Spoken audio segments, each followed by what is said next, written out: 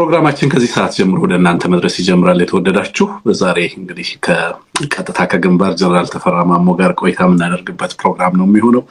እንኳን አደረሰህ እያላችሁ ጀነራልን እንድትጠብቁ ወይንም ጥሪ እንድታደርጉለት በዚህ አጋጣሚ ጠይቃለሁ። ስለዚህ እንኳን አደረሳችሁ እያላችሁ እንኳን አደረሳችሁ መልእክታችሁን በቀጥታ በጽሁፍ ብትጽፉልኝ በቀጥታ መልእክታችሁን ማድረስ ነው የሚሆነው። ማንንም እንኳን አደረሳችሁ ማለት የምትፈልጓቸው ታጋዮች ካሉ በስም እየጠራችሁ ልትጽፉልን ትችላላችሁ።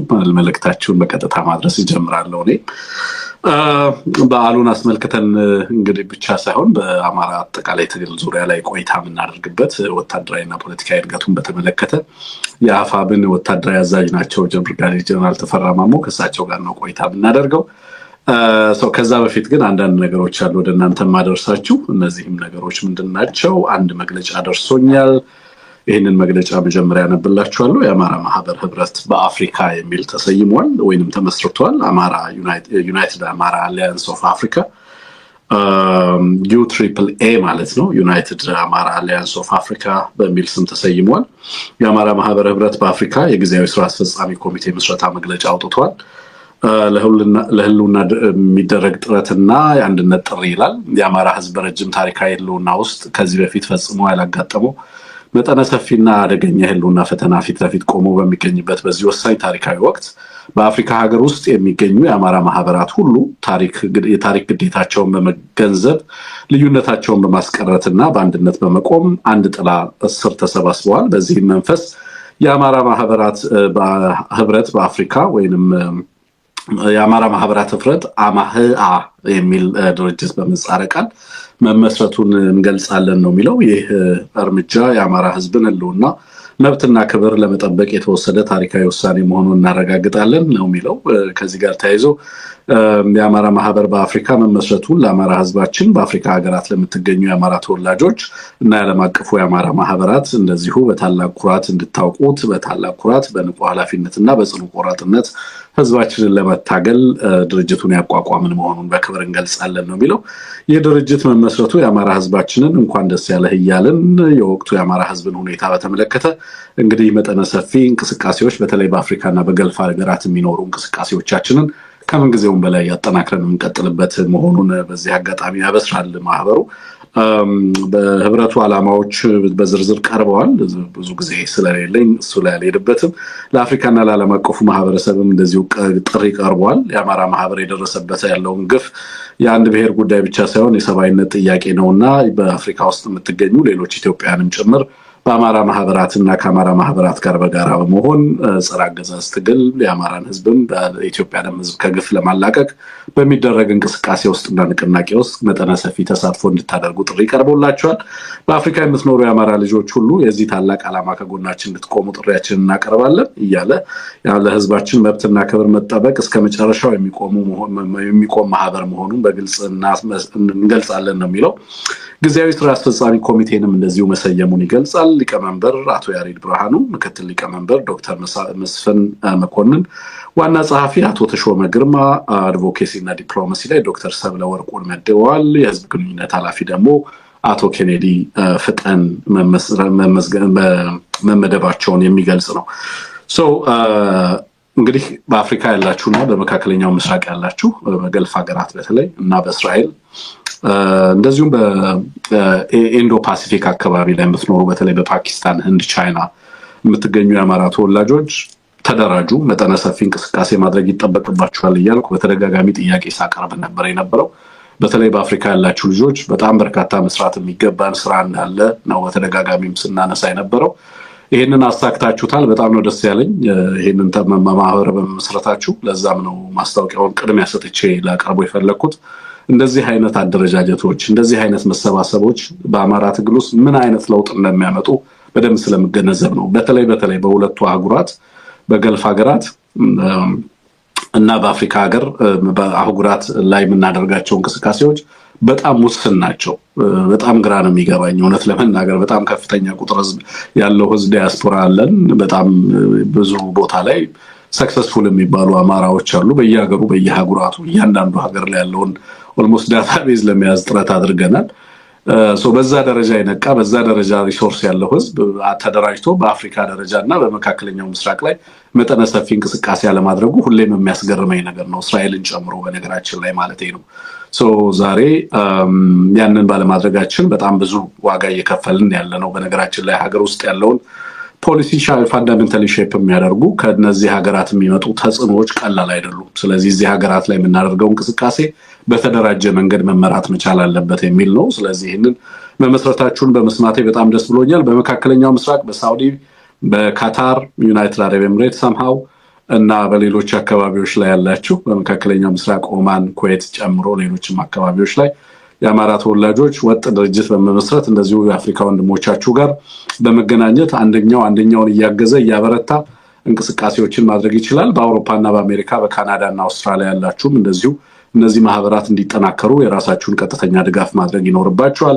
በተለይ በውጭ ጉዳይ ዙሪያ ላይ የምትሰሩ ደግሞ የአፋብን አመራሮችም እንደዚሁ ለእነዚህ አይነት ህዝባዊ አደረጃጀቶች ቀጥተኛ ድጋፍ ብታደርጉ የተሻለ ውጤት ለማምጣት ለምንሰራቸው ስራዎች ቁልፍ ሚና ይኖረዋል የሚለውን ነገር በዚህ አጋጣሚ ለማስተላለፍ ነው። ስለዚህ በርቱ፣ ደስ ብሎኛል በመመስረቱ። ውጤቱን እንግዲህ እንጠብቃለን፣ እናያለን።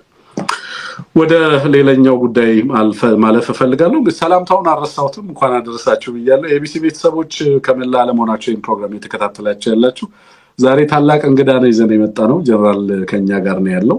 ስለዚህ ፕሮግራሙን በቀጥታ እየተከታተለ እየሰማችሁ ነው ያለው። እንኳን አደረሰህ እያላችሁ እሱንም አርበኛ ዘመነንም ሌሎችንም የአፋብንን ዋና አመራሮች በቀጥታ እንኳን አደረሳችሁ ማለት ትችላላችሁ። በመላ ዓለም ያላችሁ የአማራ ተወላጆች ማለት ነው። ይሄ ፕሮግራም አዲስ ነው የዩቲዩብ ቻናላችን። ሰብስክራይብ ያላደረጋችሁ ሰዎች እባካችሁ ሰብስክራይብ አድርጉ። 2 ቀን በጣም ኢንከሬጂንግ የሆነ ውጤት ተመልክቻለሁ። በመጀመሪያ ቀን ከ25,000 በላይ ሰው አይቶናል። ዩቲዩቡ በመጀመሪያ በተከፈተ ዕለት ማለቴ ነው። ሁለተኛ ቀን በተከፈተ ዕለት ደግሞ እንደዚሁ 35,000 ሰዎች ተመልክተውታል ፕሮግራማችንን። በጣም ነው የገረመኝ። ጀስት ሪከርድ በእኛ እንትን ውስጥ ራሱን የቻለ ሬኮርድ ሆኖ ተመዝግቧል ማለት ነው። ዛሬም እንደዛው በርከት ያለ ሰዎች ፕሮግራሞቻችን እንደምትከታተሉ ተስፋ አደርጋለሁ። አንድ ሰው ከሚኒሶታ የሳተላይት ኤቢሲን ወደ ሳተላይት የማውጣት እንቅስቃሴውን እኔ መጀመር ፈልጋለሁ ብለው የራሳቸውን አቅማቸው የቻለውን ድጋፍ አድርገዋል እና ስማቸው አቶ ታደሰ በላይነህ ይባላሉ። በሚኒሶታ የሚኖሩ ሰው ናቸውና እኔ ላስጀምር በሚል ነው እንግዲህ ይህንን ድጋፍ ያደረጉት። አመስግኑልን እባካችሁ። ሌሎቻችሁም እንግዲህ ኤቢሲን ወደ ሳተላይት ለማምጣት በሚደረገው ጥረት ውስጥ ድጋፍ ማድረግ እንፈልጋለን የምትሉ ሰዎች ድጋፋችሁን በስምም መላክ ትችላላችሁ። ስማችሁ እንዳይጠቀስም ማድረግ የምትፈልጉ ከሆነ እባካችሁ መልእክቶቻችሁን በዋትስአፕ ቁጥራችን ሲደመር 1 723093725 ላይ ላኩልና በቀጥታ ምላሽ የምንሰጣችሁ መሆኑን በዚህ አጋጣሚ መግለጽ እፈልጋለሁ። ይሄንን ካልኩኝ በኋላ እንግዲህ ቀጥታ ወደ ለቱ ፕሮግራሞቻችን ነው የምናልፈው። በተደጋጋሚ እንግዲህ ዛሬ በቀጥታ ቆይታ የምናደርገው ከጀነራል ተፈራ ጋር ቢሆንም ሌሎች በርካታ ጉዳዮች አሉ። የደረሱን መረጃዎች ማለት ነው። ቢያንስ ከግንባር የደረሱንን መረጃዎች ላጋራችሁ። አንደኛው የአፋብን የእንኳን አደረሳችሁ መግለጫ ነው። እንኳን ለጌታችን መድኃኒታችን ኢየሱስ ክርስቶስ የስቅለት በዓል በሰላም አደረሳችሁ ይላል የአማራ ፋኖ ብሔራዊ ንቅናቄ የእንኳን አደረሳችሁ መልእክት ልኮልናል። እንግዲህ የስቅለት በዓልን የሚያስተምረን ጽናትና ዓላማ መሞት ያለውን ትልቅ ትርጉም ነው የሚለው። የጌታችን ኢየሱስ ክርስቶስ ፍቅር እስከ ቀራንዮ እንደተጓዘው ሁሉ የአማራን ሕዝብ ክብርና ሕልውና ለማስጠበቅ የተጀመረውን ጉዞ የተጸነሰውን መንገዳችንን ድንገት በተቀላቀሉና እየወረዱ ባሉ ይሁዳዎች ሳይሆን ውድ ሕይወታቸውን ለመክፈል በማይሰስቱ በቁርጠኛ ልጆች ልብ ላይ ያለ እስከ ቀራንዮ ድረስ ለመጓዝ የተቆረጠ የማያወላውል ጉዞ ነው የሚል ነው። ከዚህ ጋር ተያይዞ በዓሉን ስናከብር ለአማራ ህልውና ሲሉ ውድ ሕይወታቸውን የገበሩ ጀግኖቻችንን በየበረሃው ደማቸውን ያፈሰሱ ልጆቻችንን ቤተሰቦቻቸውን በመጠየቅ በመደገፍ በማንነታቸው ምክንያት ከቀያቸው ተፈናቅለው በችግር በስደት የሚገኙ በእስር የሚገኙ ጓደኞቻችንን ቤተሰቦቻችንን ልጆቻችንን አባቶች እናቶችን እያሰብን መሆን መቻል አለበት። የተጎዱ ወገኖቻችንን በመተባበር በመደጋገፍ ያለ አንዳች ፖለቲካዊ ተጽዕኖ ምክንያት ሁሉንም እያሰብን በየእስር ቤቱ የሚማቅቁ የህዝብ ልጆችን ቤተሰቦቻቸውን በማስታወስ ድምጽ በመሆንና በመጠየቅ ከጎናቸው ሆነን ከጎናቸው መሆናችንን በማሳየት እንዲሆን ጥሪ እናቀርባለን ይላል። እንኳን አደረሳችሁ በድጋሚ ሲል መልእክቱን ይቋጫል። ያው ሰፊ መልእክት ነው፣ ግን ከጊዜ አንፃር አጠር እያደረኩ ዋና መልእክቶቹን ነው ለማስተላለፍ ጥረት የሚያደርገው። ዛሬ እንግዲህ በአንድ በኩል የእንኳን አደረሳችሁ መልእክቶች እየተላለፉ ያሉበት፣ በሌላ በኩል መጠነኛ የጥንቃቄ መልእክቶች እየተላለፉ ያሉበት፣ በተለይ ደግሞ ከበዓላት ጋር ተያይዞ እንደምታውቁት ህዝባችን የክርስትናም የእስልምናም በዓላቶች ሲመጡ በዓላትን ለማክበር በተለይ ደግሞ በትግል ሜዳ ላይ ያሉ ወንድሞቻችን በሚሰባሰቡበት አካባቢ፣ ህዝቡ በሚሰባሰብበት አካባቢ እንደዚሁ የድሮን ጥቃቶች ይፈጸማሉ።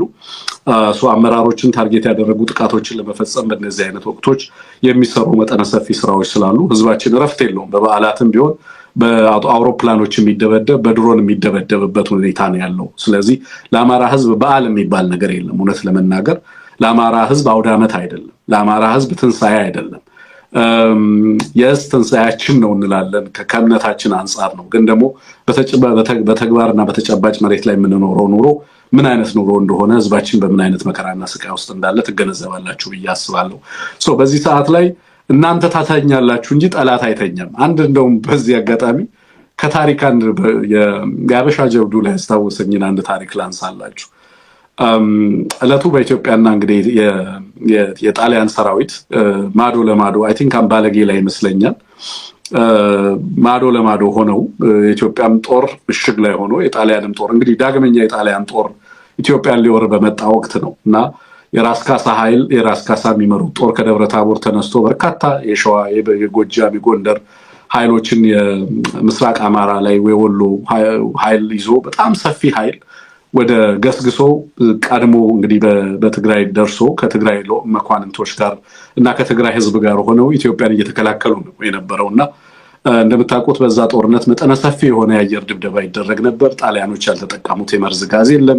በጣም ብዙ ህዝባችን የረገፈበት ጦርነት ነው። በነገራችን ላይ በጣም ብዙዎቻችን አድዋን ነው የምንዘክረው፣ ግን በእነዚህ ታሪካዊ ወቅቶች የረገፈው ህዝብ የወጣው አርሶ አደር አልተመለሰም። እውነት ለመናገር ሀገሩን ለመጠበቅ የሄደው እና በዛ አስቸጋሪ ጦርነት ወቅት ጣሊያን እጅግ የተከለከሉ መርዛማ የቦምብ ጥቃቶችን በሚፈጽምበት ሁኔታ የአማራና የትግራይ ህዝብ ነው ከፊት ለፊት ሆኖ እንግዲህ ከፍተኛ መስዋዕትነት ሲከፍል የነበረው። በኋላ ላይ ነው የንጉሱ ጦር የመጣው። እንደምታውቁት መቼም ታሪኩን ታውቁታላችሁ።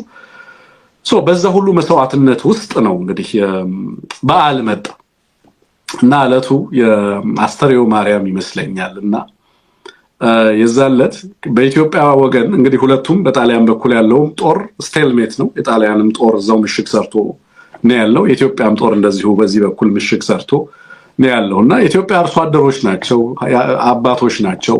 ሀገር ተወረረች ሲባሉ ስራቸውን፣ ቀንበራቸውን፣ ቤተሰቦቻቸውን ትተው ለኢትዮጵያ ህዝብና ለኢትዮጵያ ታሪክ ትተው ለዛሬ ታሪክ ፍርድ ትተው ነው እንግዲህ ሲገሰግሱ ሀገርን ለመታደግ የሄዱት እና ፕሮፌሽናል ወታደሮች አይደሉም የኢትዮጵያ አባቶች ማለት ነው እና ዘመናዊ ትጥቅ የታጠቁ አይደሉም እና ከሁሉም ነገር የሚገርመው ጣሊያንን እንደ ጠላት የሚቆጥሩ አይደሉም ማለት ሊወር ስለመጣ እንጂ ጣሊያኖችም ቢሆን የሰው ልጆች ናቸው ብለው የሚገነዘቡ ናቸው ኢትዮጵያውያን። እና በዓሉ ሲመጣ ጣሊያኖችም ክርስቲያኖች ናቸው የሚል ነገር በኢትዮጵያ ጦር ውስጥ ይነገራል በተደጋጋሚና ክርስቲያኖች ስለሆኑ መቼም አስተርዮን ያከብራሉ ብለው ጦርነት ስላልነበረ በእለቱ ታዲያ እንደዛ ከሆነ እኛ ጋር የሚቀመስም ሚላስ የሚቀመስም ስለሌለ እነሱ ጋር ሄደን ጠበል ጣሪቅ ለምን አናደርግም ብለው የኢትዮጵያ ጦር አባቶች የተወሰኑ የጦሩ አካላት ወደ ጣሊያን እንግዲህ እንኳን አደረሳችሁ ሊሉ ሲሄዱ የጣሊያን ጦር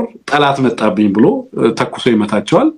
በጣም ብዙ ሰው ያልቅና ተመልሶ ግማሹ ወደ ምሽጉ ይመለስና ኢትዮጵያውያኑ በጣም አዝነው ይናገራሉ እና እንኳን አደረሳችሁ ልንል ስንሄድ በዚህ እንግዲህ በእመቤታችን መታሰቢያ ዕለት እንዴት ጠላት በዚህ ልክ ያጠቃናል?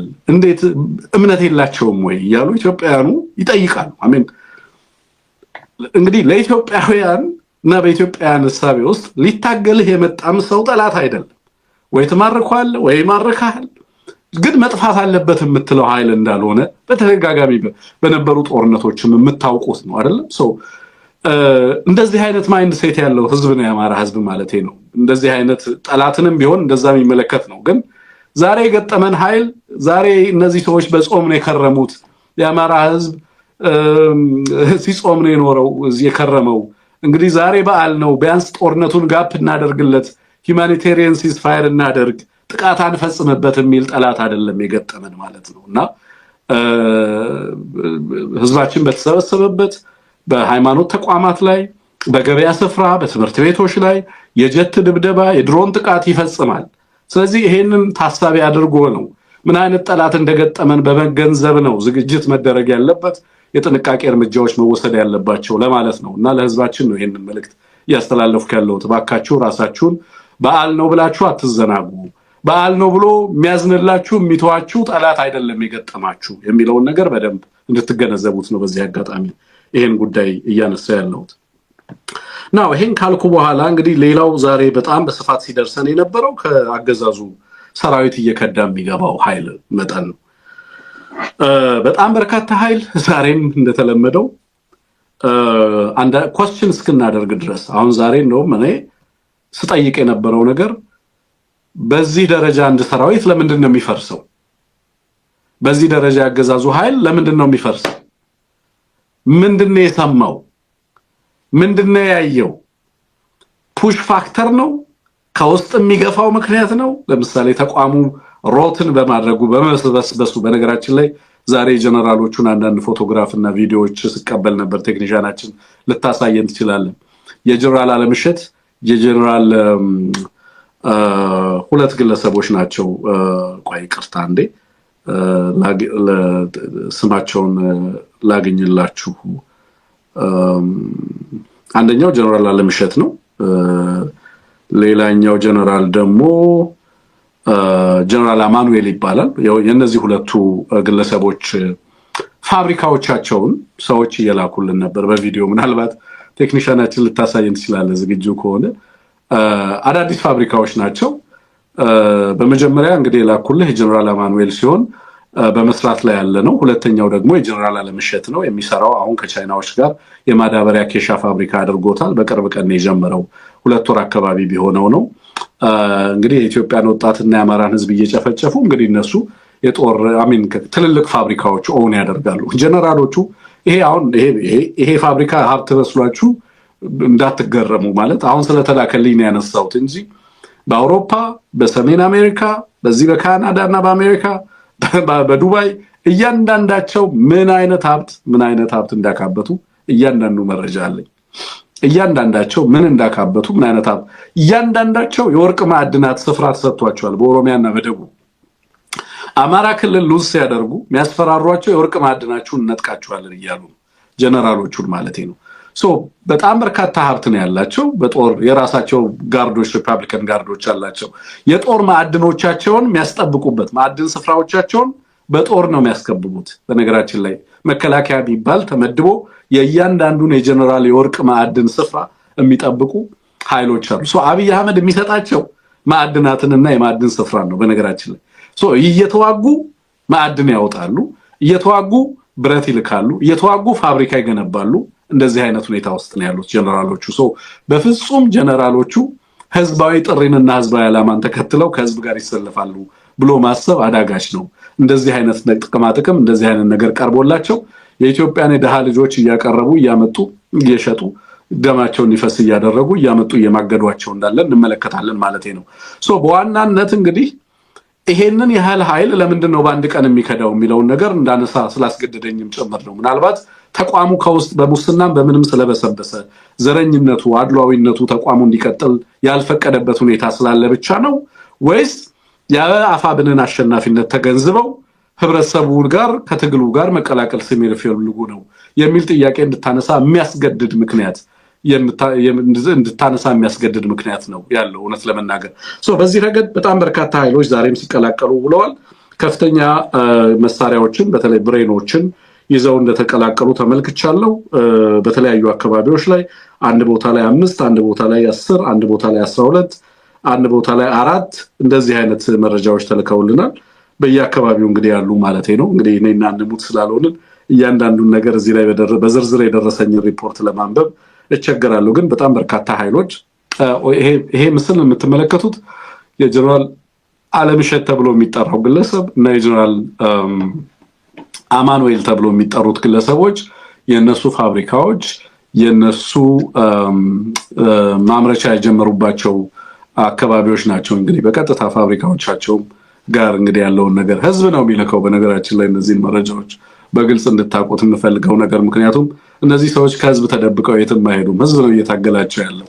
የትም ቢገቡ የትም የሚያመልጡ እንዳልሆኑ በደንብ እንዲያውቁትም ጭምር ነው። በዚህ አጋጣሚ ድሬዳዋ ላይ እነ ጀነራል መሐመድ ተሰማ ያላቸውን የሰሩትን ሁሉን ነገር በተመለከተ ራሱ ህዝቡ ከዛ ፎቶግራፍና ቪዲዮ ማስረጃ እየላከ እየታገለ እንዳለ ህብረተሰቡ መገንዘብ ትችላላችሁ። ማን ምን ያደርጋል የሚለውን ነገር በደንብ ህዝቡ የሚያውቀው መሆኑን በዚህ አጋጣሚ ለማንሳትም ጭምር ስለሆነ ነው ይሄንን ማነሳው።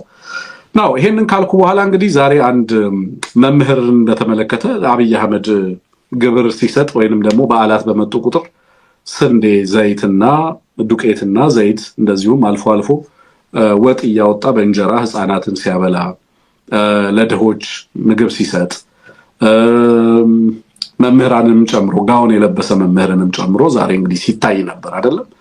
ብዙዎቻችሁ ይሄንን እንደ ለጋስነት ምናምን ነው የምትቆጥሩት ወይ ደግሞ አይ ነው ብዙዎቻችሁ ከኢትዮጵያ ባህል ያፈነገጠ ነው። በነገራችን ላይ የኢትዮጵያ ህዝብ እንግዲህ በብዛት እንግዲህ ያደገበትና የኖረበት እሴት የምትደግፋቸው የምትረዳቸው ሰዎች በችግር የወደቁ ሰዎችን ቢኖሩ ድጋፍ ስታደርግላቸው መስጠትህን እንግዲህ አንዱ እጅ ሲሰጥ ሌላኛው እጅ እንዳያውቅ ነው አይደለም የምታደርገው።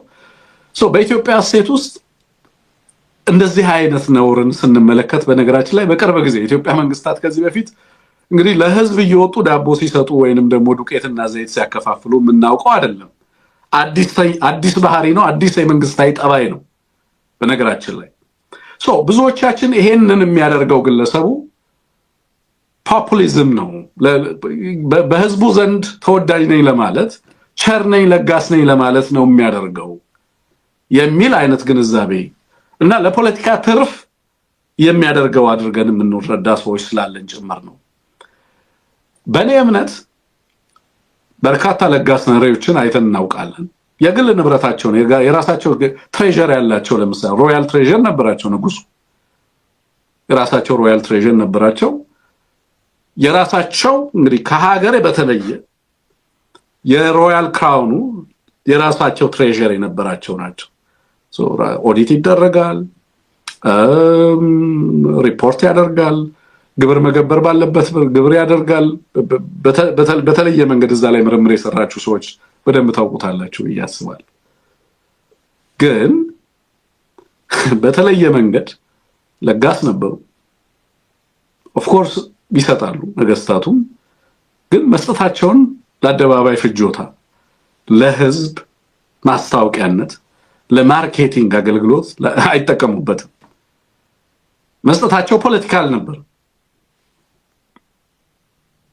የኢትዮጵያ መሪዎች ማለት ነው። አንዳንዶቹ የምር የህዝብ ድህነት ሰቆቃና እንግልት ያንገላታቸው ያሰቃያቸው የነበሩም ጭምር ናቸው።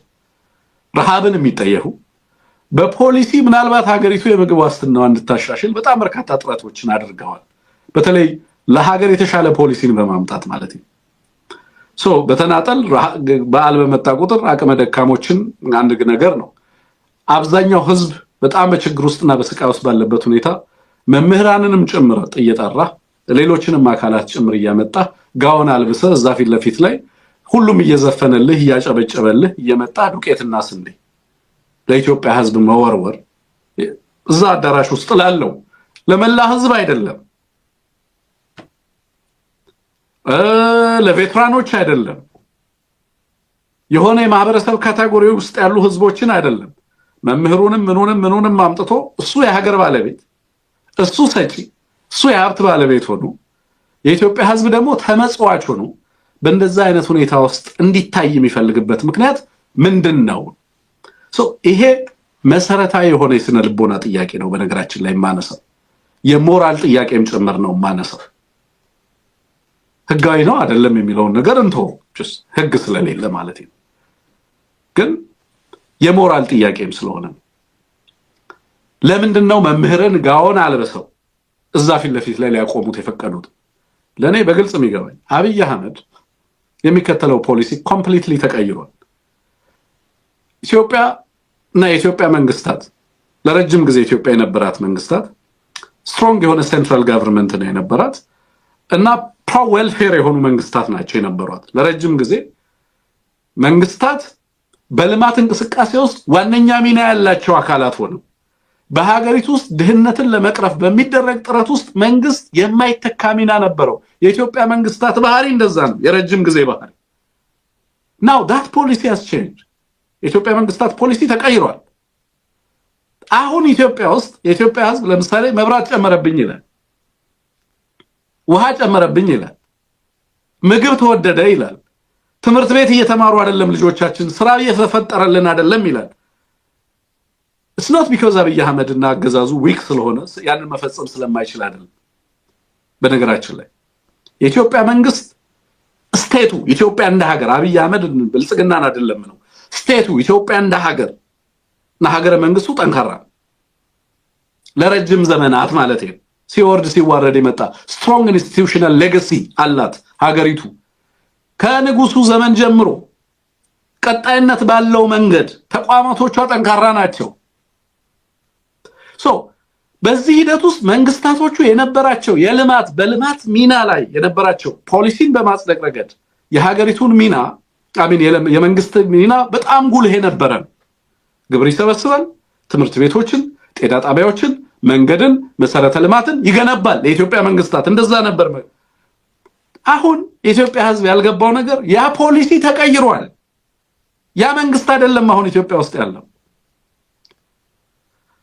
ዌልፌሪስት አይደለም ይሄ አገዛዝ የኢትዮጵያ ህዝብ መራቡ የሱ ጉዳይ አይደለም አያገባኝ የሚል ነው የቆምኩት ለፕራይቬት ሴክተሩ ነው የሚል አገዛዝ ሆኗል በነገራችን ላይ የማክሮ ኢኮኖሚክ ሪፎርም የሚሉን እሱን ነው ምን አደረገ እሱ የሚዋጋበትን ገንዘብ ሁሉ እንዳለ ወሰደና ከህዝብ ሰብስቦ እዳውን ተቀብሎ ከየሀገራቱ እዳ ተውሶ በኋላ ላይ ይሄንን እንዳለ ኦስቴሪቲ ወደ ህዝብ ነው ያወረደው ነዳጅ መብራት ውሃ እያንዳንዱ ላይ ግብር በህዝቡ ላይ እንዲመጣ ያደረገው አገዛዙ ሙሉ ለሙሉ እሱ መሸከም የነበረበትን በርደን ወደ ህዝብ አስተላልፎት ህብረተሰቡ ያንን መከራና ስቃይ እንዲጋፈጥ አደረገው በዚህ ሂደት ውስጥም ለሚመጡ ማህበራዊ ምስቅልቅሎችና ቀውሶች ለምሳሌ ረሃብ ስራ አጥነት አንኢኳል የሆነ ኢንቨስትመንት በየአካባቢው ላይ ያለው ለምሳሌ አንዳንድ አካባቢዎች ኮምፕሊትሊ ጦርነት ናቸው አንዳንድ አካባቢዎች ላይ ፕራይቬት ሴክተሩ መጥቶ እዚህም በተወሰነ መንገድ ኢንቨስት እንዲያደርግ ምናምን ለማበረታታት ጥረት ያደርጋል ግን አጠቃላይ ስትመለከቱት አገዛዙ የያዘው የፖሊሲ አቋም የኢትዮጵያን ህዝብ በተመለከተ ደሃን በተመለከተ ፕሮፑር የነበሩ ፕሮጀክቶች ፖሊሲዎች ሙሉ ለሙሉ ተቀይረው አሁን አገዛዙ ሙሉ ለሙሉ የተለየ ባህሪ ያለው አገዛዝ እንደ ኬንያ መንግስታት ወይንም እንደ ሌሎች ሀገራት መንግስታት የተለየ ባህሪ ያለው አገዛዝ ህዝቡ በምንም መንገድ ሊጠይቀው ማይችል እንደሆነ የሚያስብ አገዛዝ እንደሆነ በደንብ መገንዘብ ያስፈልጋል እዛ ቦታ ላይ እነዛን ሰዎች ያቆመው በእርግጥም ለጋስነቱን ለማሳየት አይደለም ሂዩሚሌት ማድረግ ነው የሚፈልገው የሚረዱ ሰዎችን ማዋረድ ይፈልጋል ስርዓቱ ምክንያቱም ፖሊሲው ዲስከሬጅ ያደርጋል ድጋፍና አበረታታ ደሃን መጦርን ደሃን መደገፍን አካባቢን ማልማትን መሰረተ ልማቶች ላይ ኢንቨስት ማድረግ ማህበራዊ አገልግሎቶች ላይ ኢንቨስት ማድረግን አበረታታም ፖሊሲው ተቀይሯል ሙሉ ለሙሉ በአንድ በኩል ጦርነት በሌላ በኩል ማዕድኑን ሌላውን የፖሊሲ ክራይ ውስጥ እየገባ ሌላው እየሸጥ ጦርነት እየተዋጋ ስልጣንን ታስቀጥላለህ በዚህ መሃል ህዝብም ይባላል ህዝቡ ድጋፍን እርዳታን እንዳይጠብቅ እያዋረድ ሂዩሚሌት እያደረግ ከቻለ ግማሹ እንዲሰደድ ያልቻለው ህዝብ ደግሞ በረሃብና በሰቀቀን ወይ በጦርነት እንዲያልቅ እያደረግ መንግስት ወደ ተቀጥላለ ማለት ነው it's completely የፖሊሲ ከፖሊሲው የሚመነጭ ደሃን የማዋረድ ህዝብን የማዋረድ ፖሊሲ ፕሮግራም እና ሀገራዊ አቅጣጫ አካል አድርጋችሁ ሰዱት ለዛ ነው በእነሱና በብልጽግናው ደሴትና በህዝቡ መካከል ያለው መቆራረጥ ዲስኮኔክሽን የፖሊሲ መሰረት ያለው መሆኑን በደንብ መገንዘብ ያስፈልጋል እዛ ጋር መምህራንን ሲያመጣ ትምህርት ጠል ነው ዲፕ ዳውን ኢንሰርት ትምህርትን ይጣላል መምህራንን ይጣላል ተቋማትን ይጣላል ነባር ኢንስቲትዩሽንን ይጠላል ሀገሪቱ ውስጥ ምክንያቱም እነሱን ዲኮንስትራክት ማድረግ አለብኝ ብሎ የሚሰራ አገዛዝ ነው በዚህም ምክንያት ለድጋፍ የሚመጣውን ማህበረሰብ እርዳታ የሚያደርግላቸውንም ህዝቦች ጭምር በማዋረድ በፎቶግራፍና በቪዲዮ እንዲቀረጹ በማድረግ እርዳታ ሲቀበሉ ድጋፍ ሲቀበሉ ያሳየ ሂዩሚሌት ያደረገ ክብራቸውን እየገፈፈ ብጣሽ ዘይት 1 ሊትር ዘይት 1 ሊትር ዱቄት እየሰጠ ሀገርንም ህዝብ ላይ ሲሳለቅ ተመለከቱታላችሁ inherently problematic ነው ይሄ ህዝብን መጥላት ነው ይሄ ኢሞራል ነው በምንም አይነት መንገድ የሀገርን ኢትዮጵያ የተጋረጠባትን ህዝቡ የገጠመውን ፈተና ምትሽርበት የፖሊሲ አቅጣጫ አይደለም ይሄ በዚህ መንገድ የኢትዮጵያ ህዝብ ችግር አይፈታም እዛ ጋር ወጥ እንጀራና ወጥ አድርገው አርሶ አባቶችንና እናቶችን አስቀምጠው ወጥና እንጀራ አብልተው እሱን በቪዲዮ ቴሌቫይዝ ያደረጉ ኮሚዝናኑ ባልና ሚስተው ሆነው ተመለከታላችሁ በጣም በሚያሳዝን ሁኔታ ማለት ነው አጠቃላይ ሚኒስትሮቹም አጠቃላይ ባለስልጣናቶቹም እንደዚህ አይነት ነገር ያደረጉ በህዝብ ላይ ሲሳለቁ በሀገር ላይ ሲሳለቁ ተመለከታላችሁ inherently problematic ነው እንዳልኳችሁ ዳሃጠል ህዝብ ጠል ፖሊሲ መሰረት ያደረገ እንደሆነ መገንዘብ ያስፈልጋል ለማለት ነው እነዚህ ነገር በዚህ አጋጣሚ ላንሳላችሁ ብዬ ነው በቀጥታ ጀነራል ተፈራን ነው ወደዚህ ፕሮግራም መጋብዘው አብራችሁ እንድትቆዩ ባክሮት ጠይቃለሁ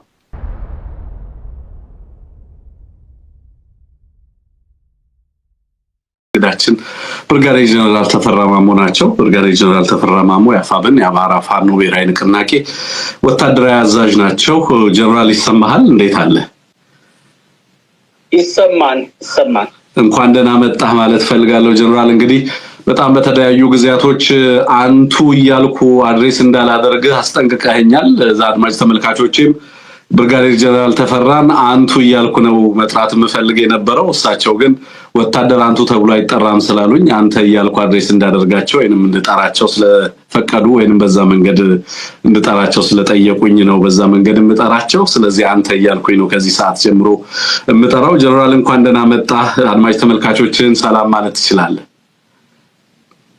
እንኳን በሰላም ቆያችሁ ኤፒሲ ሰላም ነኝ እግዚአብሔር ይመስገን ጀነራል እንግዲህ ዛሬ የተገናኘንባቸው በዓልንም አስመልክቶ እንኳን አደረሰ እንልሃለን የመላ በጋማራን ህዝብ የኢትዮጵያን ህዝብ እንኳን አደረሳችሁ እንድትል ለክርስትና እምነት ተከታዮች በሙሉ በዓሉን በመላ ዓለም ለሚያከብሩ ሁሉ እንኳን አደረሳችሁ መልእክትንም እንድታስተላልፍ ነው ከዚህ ጋር ተያይዞ ደግሞ በየለቱ የሚመዘገቡ ወታደራዊ ድሎችና አጠቃላይ ያፋብንን እንቅስቃሴም የአማራን ህዝብ ተጋድሎም ኢትዮጵያ ውስጥ እየተደረገ ያለውንም ጸረ አገዛዝ ትግል በተመለከተ አንዳንድ ጥያቄዎችን እግረ መንገዳችንን እናነሳለን ጀነራል በዓልን እንዴት ነው የምታከብረው እንግዲህ በትግል ሜዳ ሆነ ሸማቂው ኮማንዶ በትግል ሜዳ ላይ በዓልን እንዴት ነው የሚያከብረው ለሚሉ ሰዎች እንደው ምንድነው ያለህ መልእክት እሺ አመሰግናለሁ እንግዲህ ያው በኔ በኩል ባላይ እንዳልሆ አልፎ የምናከብራቸው አሉ ብዙ ጊዜ ግን እንደው በተለያየ ምክንያት በተሳካ ማይከበርበት ጊዜ ይበዛ ነበር እኔ እንግዲህ ባልሳከብር ደስ የሚለኝ ብዙ ጊዜ ወላጆቼ ጋር ሳከብረው ነው አባቴ እናቴን ይዤ ብዙ ጊዜ እነሱ ጋር ሳከብር ነው ደስ የሚለኝ ቀደም ሲል እና አንዳንድ ጊዜ ሙክት ነው ቢታረደው ሙክቱ በቀጥታ ካላስታ ነው የሚመጣው በፒካፕ ተጭኖ ይመጣል እዛ ወላጆቼ ጋር ቁጭ ብዬ ወላጆቼን ታሪካቸውን የጠየቁ እንዴት እንደሆነ እነሱ በሚናገሩት ተጫወቱ የማከብረው ብዙ ጊዜ የደስታ የሚሰጠኝ ይሄ ደግሞ የሆነበት ምክንያት አስቀድሜ ወደ ጫካ ወደ ትግል ስለገባው ብዙ ጊዜ በመሃል ተላይተን ስለነበረ ከተገናኘን በኋላ እነሱ ሁሉ ጊዜ ማግኘት ፈልጋለሁ ይሄም እንደገና ጎረቤቶችን ከተለያየ ዘመዶች ጋር እናከብረዋለን በተመቸኝ ጊዜ በተሻለ ነው የምናከብረው ለማለት ነው ብዙ ጊዜ ግን ያየህ እንደው በተለያየ ምክንያት ደግሞ የማይመችበት ሁኔታ ይፈጠርና ወይም ከተዋጊው ጋር በጋራ ከተዋጊዎች ጋር ባለህበት የሥራ ባልደረቦች ጋር ከቤተሰብ ሳትገናኝ በርቀት ብቻ የምታረግበት ሰፊ ነው የነበረው ግን ባሉን ከማክበር አልወሰንም ማለት ነው። በዛ ደረጃ ነው የምንሄድበት። እንደው ጀነራል እንግዲህ አይ ነው በትግል ውስጥ ሆነህ በምን አይነት ፈተና ውስጥ ሆናችሁ ውጊያ ይኖራል፣ ስልጠና ይኖራል፣ ብዙ ድካም አለ፣ ብዙ መውጣት መውረድ ባለበት ሁኔታ ውስጥ ሆነህ ነው ይሄንን በዓል እንግዲህ የምታከብረው ወይንም ካከበራችሁም ማለቴ ነው። በምን አይነት አስቸጋሪ ሁኔታዎች ሆናችሁ ይሄ በዓል እንደሚታሰብ አውቃለሁ በእናንተ በኩል። እንደው በይሄንን አጋጣሚ ስላገኘን በዚህ አጋጣሚ ለመላ ህዝባችን እንግዲህ እንኳን አደረሳችሁ መልእክት ለወታደሩም፣ በትግል ላይ ላለውም፣ በስደት ላይ ላለውም፣ በእስር ቤትም በአጠቃላይ ያለውን ሁሉንም እንግዲህ እያሰብክ ይሄንን እንኳን አደረሳችሁ መልእክት እንድታስተላልፍ ይሄንን እድል ልስጥ ብዬ ነው በዚህ አጋጣሚ። እሺ መልካም። ለመላው የክርስትና እምነት ተከታዮች በሙሉ እንኳን ለብርሃነ ትንሣኤ በሰላም አደረሳችሁ። በዓሉ የሰላም የደስታ እንዲሆን እመኛለሁ። የአማራን ህዝብ የህልውና አደጋ ለመፍታት ቱርቤት ያላችሁ መላ የአማራ ፋኖ ብሔራዊ ንቅናቄ ታጋዮች እንኳን ለብርሃነ ትንሣኤው አደረሳችሁ። የአማራ ህዝብ መለያ ጽናት፣ ጀግንነት፣ ለዓላማ ታማኝነት ነው። እናንተ ልጆቹም እውን አድርጋችሁታል። የአማራ ህዝብ እና ደጋፊዎቹን አንገት ቀና ያደረገ ጀግንነት ፈጽማችኋል። በርቱ። በአማራዊ ማንነታችሁ በተለያየ እስር ቤቶች የምትሰቃዩ ወገኖቻችን እንኳን ለብርሃነ ትንሣኤው በሰላም አደረሳችሁ። የነጻነት ጊዜያችሁ ሩቅ አይደለም። ተስፋ ሰንቁ እላለሁ። አመሰግናለሁ ጀነራል። እንግዲህ በመላ ዓለም ለምትገኙ የክርስትና እምነት ተከታዮች በሙሉ በእስር ቤትም እየማቀቃችሁ በስደት መጠለያ ጣቢያ በመላ ዓለም ላላችሁ ሁሉ ኢትዮጵያውያን ኢትዮጵያውያት ሁሉ የጀነራል ተፈራ ማሞ የእንኳን አደረሳችሁ መልእክት በዚህ አጋጣሚ እንዲደርሳችሁ እንደደረሳችሁም ተስፋ አደርጋለሁ። ህዝባችንን በተለያዩ ቦታዎች ላይ በአስቸጋሪ ሁኔታ ውስጥ ያሉ ወገኖቻችንን በማሰብ ይህንን አስቸጋሪ ጊዜ ይህንን ጥቁር የታሪክ ጠባሳ ለመሻገር በሚደረግ ጥረት ውስጥ አንዳችን ያንዳችን መከታ አንዳችን ያንዳችን ደጋፊ ጧሪ የሌላቸውን ሐሳብ የሌላቸውን አባቶቻቸው የተሰዉ ወገኖቻቸው የተሰዉ ቤተሰቦችን በመጠየቅ አንዱ አንዱን እየደገፈ ይህንን በዓል እንድናስብ እንድንሻገር በዚህ አጋጣሚ እኔም መልእክቴን ማስተላለፍ ፈልጋለሁ። ጀነራል በድጋሚ ጆይን ስላደረከን በዚህ ፕሮግራም ላይ አብረህን ስላለ ክብር ይሰማናል። በጣም ነው የምናከብርህ። ለምታደርገው ተጋድሎ ለምትሰራው ስራ ሁሉ ታላቅ አክብሮት አለን። ወደ ቀጣይ ጥያቄዎቼ ነው እንግዲህ የማልፈው ከበዓል ጥያቄዎቼ ስወጣ ማለት ነው። ሰሞኑን እንግዲህ ከሰሞኑን አፋብን ከተመሰረተ በኋላ ሰሞኑን ማለት አይቻልም አፋብን ከተመሰረተ በኋላ በጣም በርካታ ወታደራዊ እንቅስቃሴዎች እየተደረጉ ነው ያሉት። ወደ ሰሜን ሊጀምረው የነበረውንም ጦርነት እንዲሰርዝ ያስገዳጅ የሆኑበት ምክንያቶች መጥተዋል። ከበርካታ አካባቢ አንቀሳቅሶ የመጣውን ኃይል መልሶ ወደ አማራ ክልል በተለያየ ቦታ ላይ ዲፕሎይ እንዲያደርግ ከዚህ በፊትም ወደ አማራ ክልል ተልዕኮ ያልተሰጣቸውን ኃይሎች እንደገና ለምሳሌ ደቡብ ዕዝን አምጥቶ ወደ ጎንደር እንዲበትን ያስቻለ ከባድ ወታደራዊ ድል አስመዝግባቸዋል። በሁሉም አካባቢ ላይ በርካታ ወረዳዎችን ከወረዳ አልፎ ዞን ከተሞችን ከዞን ከተማም አልፎ ወታደራዊ መኮንኖችን የመስመራዊና ትልልቅ መኮንኖችን እስከ ኮሎኔል ጭምር ማዕረግ ያላቸውን ወታደሮች እያማረከ ነው ያለው። አፋብን በርካታ ሰራዊት ነው እየተማረከ ያለው። በርካታ ሰራዊት ነው በየዕለቱ እየገባ ያለው። በርካታ አድማ ብተና ሚሊሻ የክልሉ መዋቅር ሙሉ ለሙሉ ፈርሶ ወደ አፋብንን መዋቅር እየተቀላቀለ እንዳለ ነው እየተመለከትን ያለ ነውና እንደው ምን አይነት ወታደራዊ እድገት ነው ያሳየው ባለፉት 2 ወራቶች ውስጥ የአፋብን እንቅስቃሴ የፋኖ እንቅስቃሴ ማለት ይቻላል ጀነራል? እሺ አመሰግናለሁ። ምንድነው ወታደራዊ ስራው ወይም ድሉ ያሳየው እድገት አለ። ጥላት ነው ያን እድገት ያላወቀው እንጂ ያሳየው እድገት አለ። ከዚህ በፊት የምናደርጋቸው ውጊያዎች ስልታዊ ውጊያዎች ነበሩ። ስልታዊ ውጊያዎች ማለት በደፈጣ ጥላትን ትመታዋለህ። የጥላትን የኃይል ሚዛን በደፈጣ ታወርዳለህ።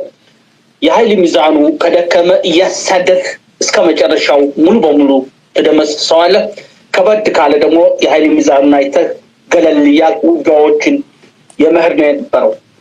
በዚህ በየደረጃው እንደዚህ አዲስ ወጣቶች በውጊያው እየተፈተኑ እያደጉ ዝቅተኛ ወደ ከፍተኛ የሚሄዱበት ነው የነበረው ቀደም ሲል ሲደረግ የነበረው።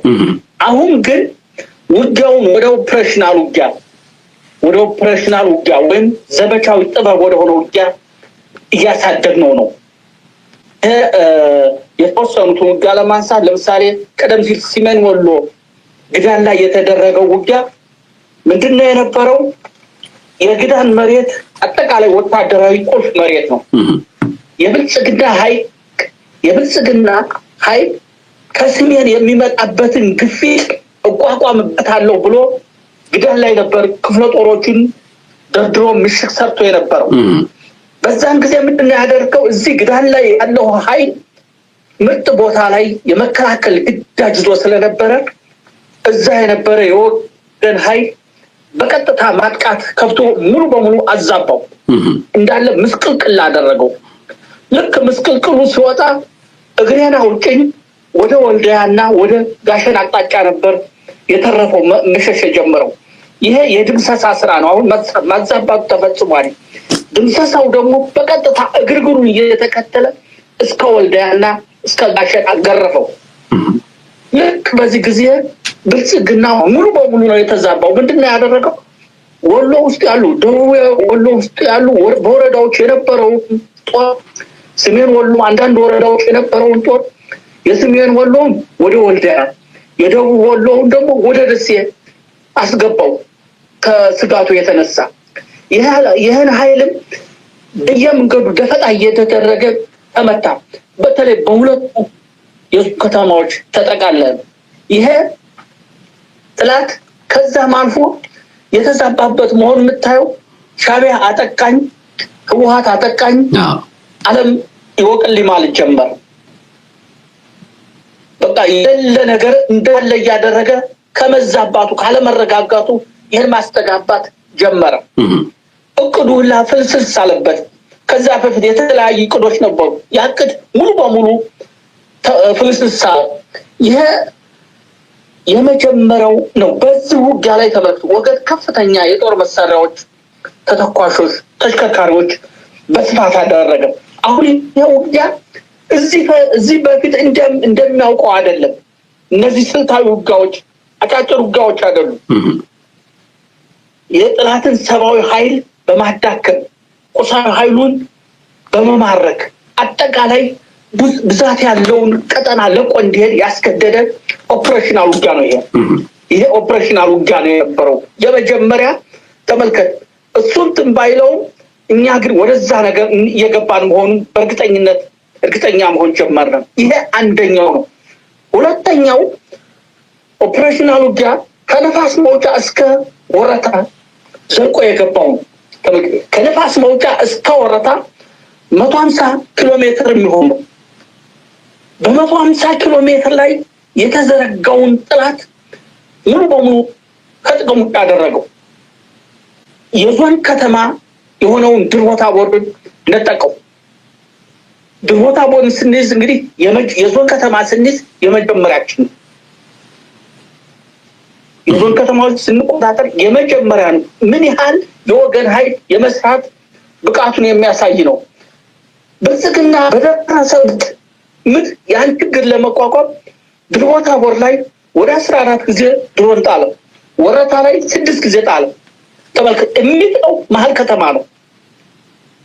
ፋኖ ግን የራሱን ስራ እየሰራ ነው። በዚህ የደረሰው ኪሳራ እንግዲህ ተመልከት። በዚህ ርቀት የተዘረጋው ኃይል እንዴት እንዳለ ነው ብድግ ያደረገው። በጥሮ ነው የጣለው። ደቡብ ጎንደር ላይ ሙሉ በሙሉ አለ የሚባለው የዞን አመራሩ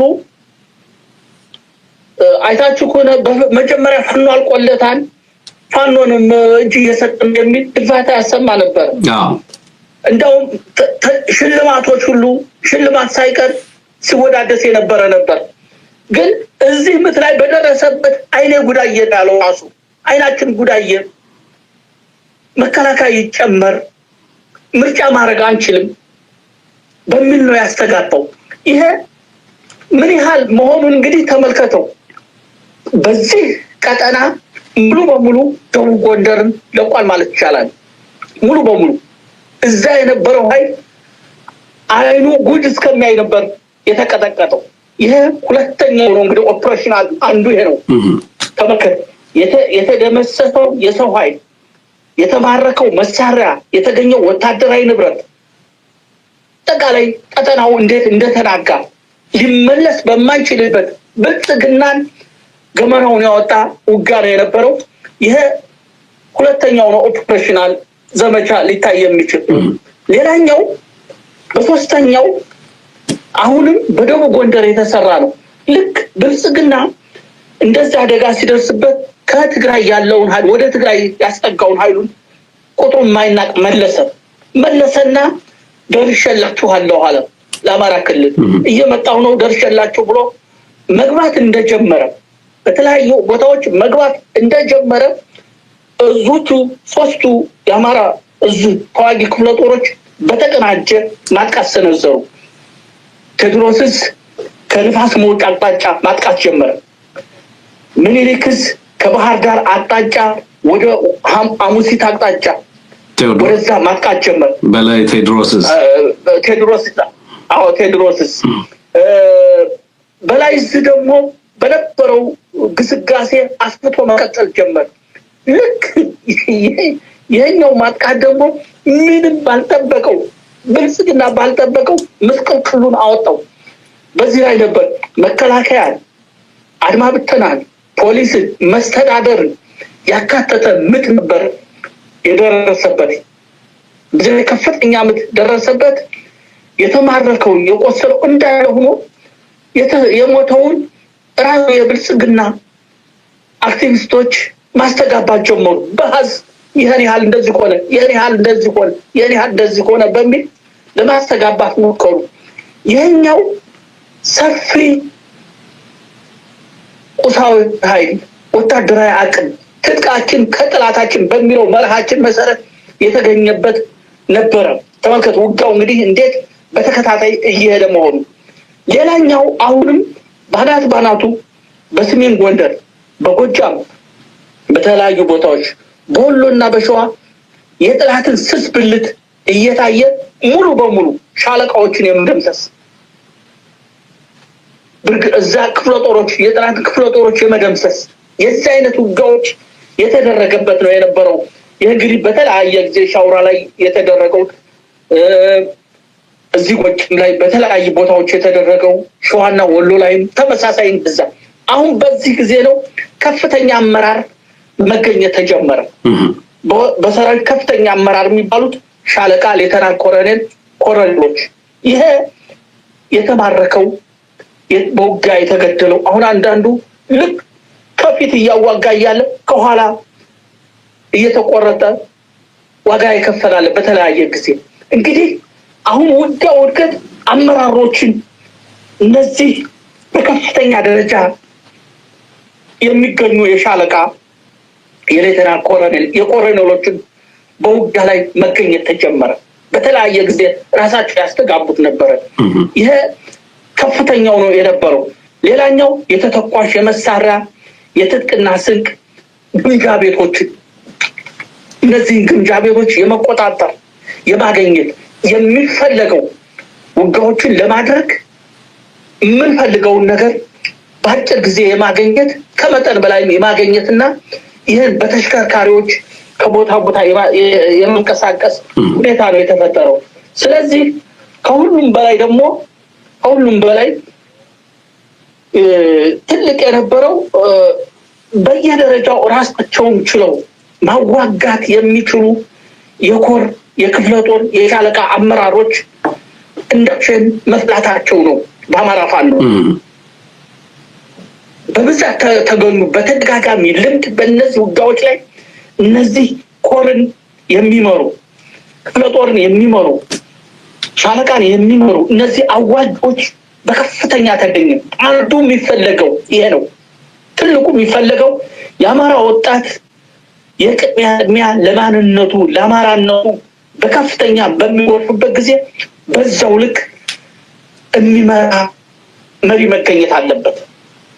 ከዚህ የተነሳ በውጊያው ከሁሉ ነገር ካገኘነው በላይ በፈተና ተፈትነው ልምድ አግኝተው የመጡ መሪዎች በሁሉም አድዎች በሁሉም ኮሮች መገኘታቸው ነው እና ውጊያው ላይ በዚህ ደረጃ ነው ለመሄድ የሞከረው ለማለት ነው። የመጀመሪያው እነዚህ ምንድነው ለሚለው እንዴት ነው የተለየ የሚለው ከሁሉም የተለየ በዚህ ደረጃ የተደረገ ውጊያ ነው። ምክንያቱም የአማራ የህልውና ትግል በመንፈሰ ጠንካሮች ትግል ጀምረው በጽናት የሚቋጩ ግንባር ቀደም ጀግኖች እጅ ካልገባ በውስጥ ያለው አሰገሰስ ጥቅመኛ ቀላል አይደለም። አሁን አይተው ከሆነ ብልጽግና ሙሉ ኃይሉን እያረበረበ ያለው በአማራ ፋኖ ነው። ሙሉ እንትኑ እነዚህ በጣም ደካማ ለሆኑት ከፍተኛ ያልጠበቁት ገንዘብ ይወረውርላቸዋል። የተለያየ ሰርጎ ገብ ለማስገባት ይሞክራል። በቃ አሁን ሌላ አጀንዳ የለው።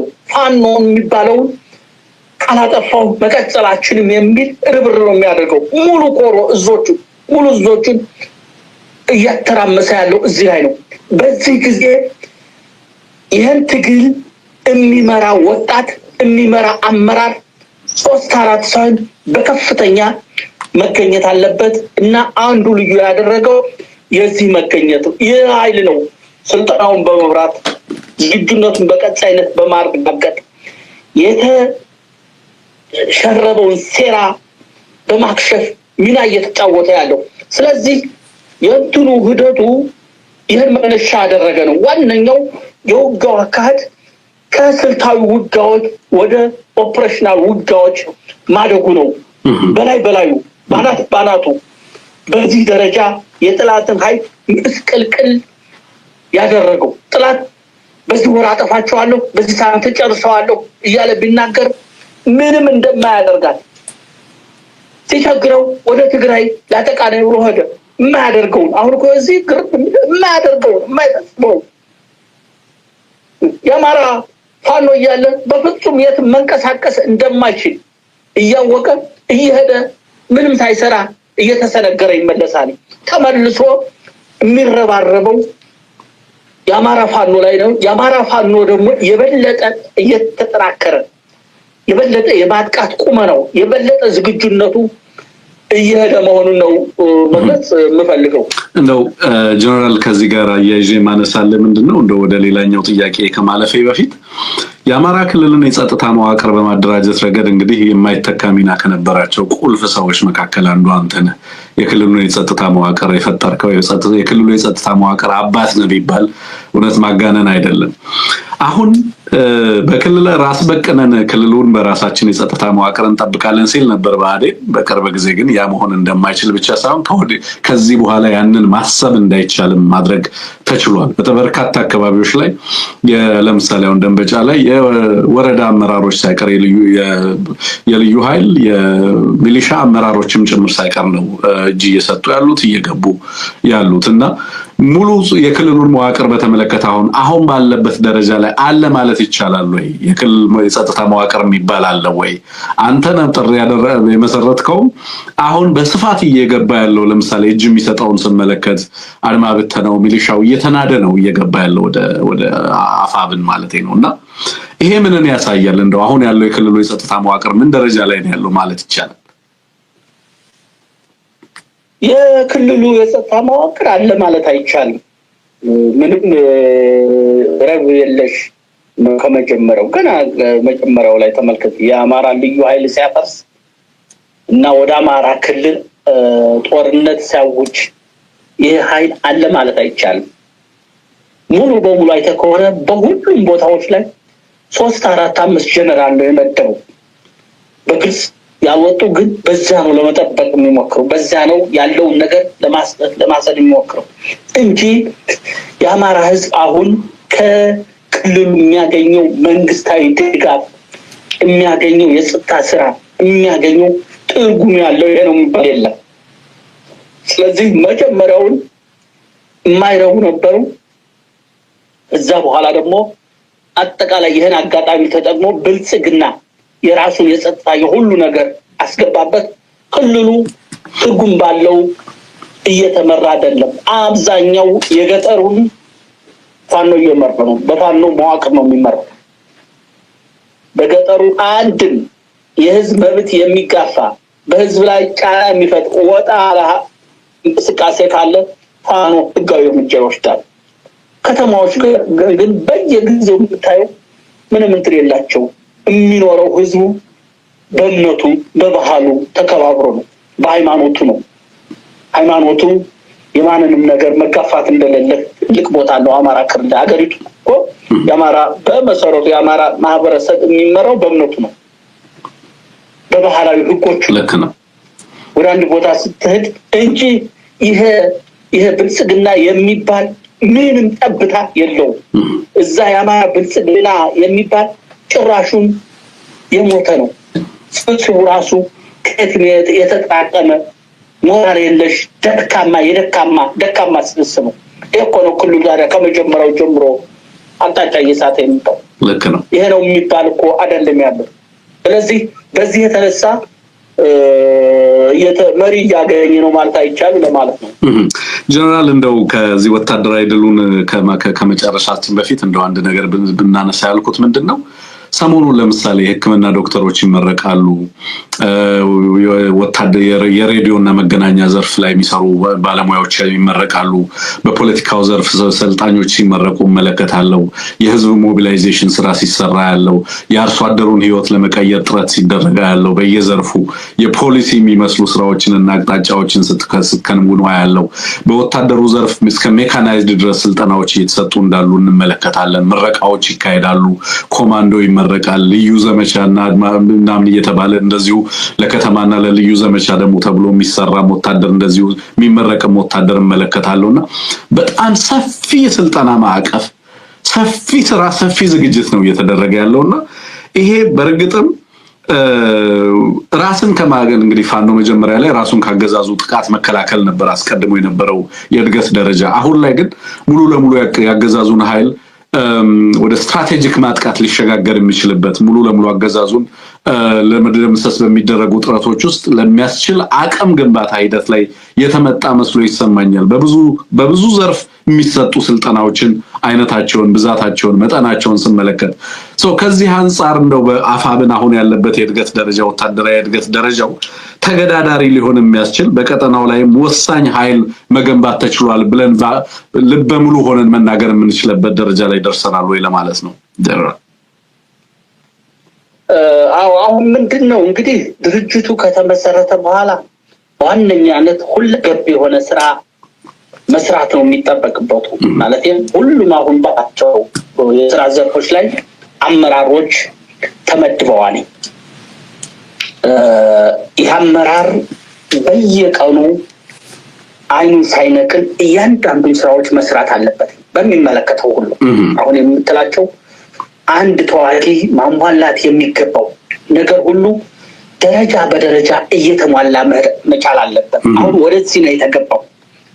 ወደዚህ ሁሉም የገቡት አሁን በምትላቸው ስልጠናዎች ያሉን በውስጣችን ያሉ ሙያተኞች አሉ፣ ብዛት ያላቸው ሁሉም ዘርፍ ላይ ሙያተኞች አሉ። እነዚህ ሙያተኞች በሙያቸው መሰብሰብ፣ ሌሎቹን ያልሰለጠኑትን የማሰልጠን ሂደት ነው በዚህ ላይ እየተፈጸመ ያለው። ስለዚህ ይህ ደግሞ ዞሮ እንግዲህ ወደፊት የሚጠብቀን ነገር እየጨመረ እንጂ እየቀነሰ አይሄድም። በዚህ ጉዳይ ያው ድርጅቱ ሙሉ መዋቅሩን አስተካክሏል። እያንዳንዱ ማን ለምን የሚል አመራሩን እንትምላል። ስለዚህ ሁሉም አመራር ከራሱ አቅጣጫ የራሱን ስራ ይሰራል። አዲስ መዋቅሮችን የማስተካከል የስልጠና ዝግጅቶች በሁሉም የሚመለከተው በዛ ደረጃ እየሄደ ነው። እንግዲህ ይሄ ነው ቅድም ያላቸው በዚህ ያስቀመጣቸው እያንዳንዱ ክፍሎች ኃይል የማዘጋጀት ኃይል የማብቃት እንቅስቃሴ እየተሰራ ያለው ይህን መነሻ ያደረገ ነው። በዚህ ሂደት ነው ያለ ነው ለማለት ነው አጠቃላይ ድርጅቱ። እሺ ጀነራል፣ ይሄንን በተመለከተ ለሰጠኝ ማብራሪያ በጣም ነው የማመሰግነው። እንደው አሁን ማነሳልህ ነገር ምንድነው በአማራ ላይ በሚደረገው እንግዲህ በዚህ በህልውና ተጋድሎ ወቅት ይሄ አገዛዝ ከፍተኛ ሽንፈት ይደርስበታል፣ አመራሮቹ ይማረካሉ፣ ጦሩ ይበተናል በየጊዜው። ያንን ተከትሎ እንግዲህ ከባድ የሆነ ሰብአዊ ግፍ በህዝብ ላይ ሲያደርስ እንመለከታለን። ከተሞችን እስከ 14 እስከ 20 ጊዜ በድሮን ሲደበድብ ሰምተናል። ቅድም ስታነሳልኝ ነበር አንተ። በርካታ አካባቢዎች ላይ ቤት ለቤት መራዊን ታስታውሳለች ጭፍጨፋ በየከተማው ላይ የሚደረገውን ህዝብ ተኮር ጭፍጨፋዎች አርሶ አደሩን መረሸን ወጣቶችን መረሸን የአርሶ አደሩን ሰብል ማቃጠል በጣም እንግዲህ የሞራልን ሚዛን የሳቱ እጅግ አስከፊ የሚባሉ ጭካኔዎች በህዝባችን ላይ ሲፈጸም ተመልክተናል በዚህ ጦርነት ሂደት ውስጥና ነው ለምንድን ነው ይሄንን ጭካኔ የሚፈጽሙት ለምንድን ነው ይሄን ሁሉ ሰባይ ጉዳት በህዝባችን ላይ በተለይ በአማራው ላይ እንዲደርስ ይሄንን ያህል ጭካኔ በኢትዮጵያ ውስጥ ታይቶ ተሰምቶ በማይታወቅ ደረጃ የድሮን የአየር ድብደባን ሚጎችን እያስነሳ ከተሞችን ኢንዲስክሪሚኔትሊ ያለ አንዳችም ልዩነት ህብረተሰቡ ባለባቸው ቦታዎች ላይ ሁሉ ጭፍጨፋዎችን ሲያደርግ እንመለከታለንና እነዚህን ነገሮች ለምንድን ነው የሚፈጽመው እንደው ምንድነው የተረዳው ምንድነው እዚህ ላይ የመጀመሪያው ብልጽግና ስር የሰደደ የበታችነት ያለው ነው በማውቀው ባልተዘጋጀበት ስልጣን ነው መጥቶ ቁጭ አለው ተመልከት እያንዳንዱ የሚሰራቸው ስራዎች ይሄ ስብስብ አገርን ያህል ታላቅ ነገር የመብራት እጣ ፈንታ በእጃቸው ገብቷል